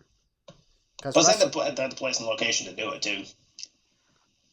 And man, WrestleMania has already got multi-million dollars sold in ticket sales already for WrestleMania in Los Angeles. Yeah, it's already sold out. I guarantee for the economic impact they're going to make is going to be larger than they ever did for Dallas this year. For real. Because, Dallas, that was stupendous. Yes. And let's be honest, it was stupendous, wasn't it? Please have a better tagline next year for WrestleMania. Oh, come on, stupendous was good. I swear. If I hear stupendous again, that tagline was so annoying. It was cool. It was annoying. It was actually stupendous, not stupendent, but I get what you mean. You know what I mean. Yeah, pretty much. So, folks, that also concludes our predictions to Survivor Series WarGames. Yes. And I'm excited for it. I'm looking forward to those shows. Well, that show just ended. Not Full Gear. Full Gear's over. Yeah, AEW Full Gear Games. review feels like a long time ago. Yeah, it does, yeah. Pretty much. But I will say that Survivor Series WarGames, I got a good feeling that they're going to do a good job with it. Or we could come back next week and be like, it fucking sucked. That is true. But folks, next week, when it comes to next week's SmackDown, I will be there in Buffalo, New York. So I'm excited. Sweet. And of course, I heard, Willie, you get Monday Night Raw in January. I think I'm getting freaking tickets, folks. I will let y'all know about that. It'll be my first televised event ever. I hope you can I'm buying tickets myself. We just gotta make sure we can get tickets. Well, if that's the case, hope you can handle loud pyro. Dude, I've been to air shows. I've been to fireworks shows. That's nothing. Okay. I've heard loud pyro. Okay. I've heard gunshots for them. You know, like the 10, what's it called? 10 salutes, whatever you call them. Okay, well, I'm just saying, dude, have you ever been involved in when it's inside an enclosed arena? Yes. Oh, okay then. Well, I guess you're good to go. Yes, I have. I can handle all noises, yes. All right, I just want to make sure of that, because a lot of times they can get you out of nowhere. Like Kane. Oh, Kane's, yeah. Oh, Joe, I heard he has the loudest. I heard Batista's probably the loudest pyro. Or Neville. Remember that? God, don't remind me. Even on TV, his pyro scared the crap out of me. Yeah, imagine what it must have been like for me at the Raw after WrestleMania in 2017 when that happened. It was literally silent, and then boom! Well, folks, that happens a lot. Yeah, it does. Oh, man, I'm excited for WarGames on Saturday. I'm excited also for SmackDown in Buffalo the following week. And, well, folks, this is our 8th podcast in a row when it comes to weeks. 8th consecutive weeks worth of podcasts, and we still got 3 more to go. Because next week we have the review of Survivor Series WarGames, and then the following week we're going to predict NXT Deadline. And then the week after that... All right, looks good. And then the week after that, we'll be reviewing NXT Deadline, and like we said, then we're done for the holidays and for the rest of the 2022. Yes, and that'll be the last podcast of the year. Yep. Hopefully. And by that point, we'll be nothing comes up. Yeah, it'll be nice to have a nice break once the holidays come in. I'm serious about that, too. Hope nothing comes up. And it'll be fine. Yeah, it will. We're making an end-of-the-year review. I don't freaking know. That could work. All right, yeah, well, actually. Folks, hopefully you enjoyed the show. Hopefully you enjoy the show this upcoming Saturday. And Yo Balor, you know what to do. Oh, you know, son. Oh, well, we're the losers. This is our lounge, man. And we'll see you next week in the aftermath of the Game of Wars. War Games, the Game of Wars. You want to call it Game of Thrones. Well, not Game of Thrones, because that's, that's there. Anyways, see you next week.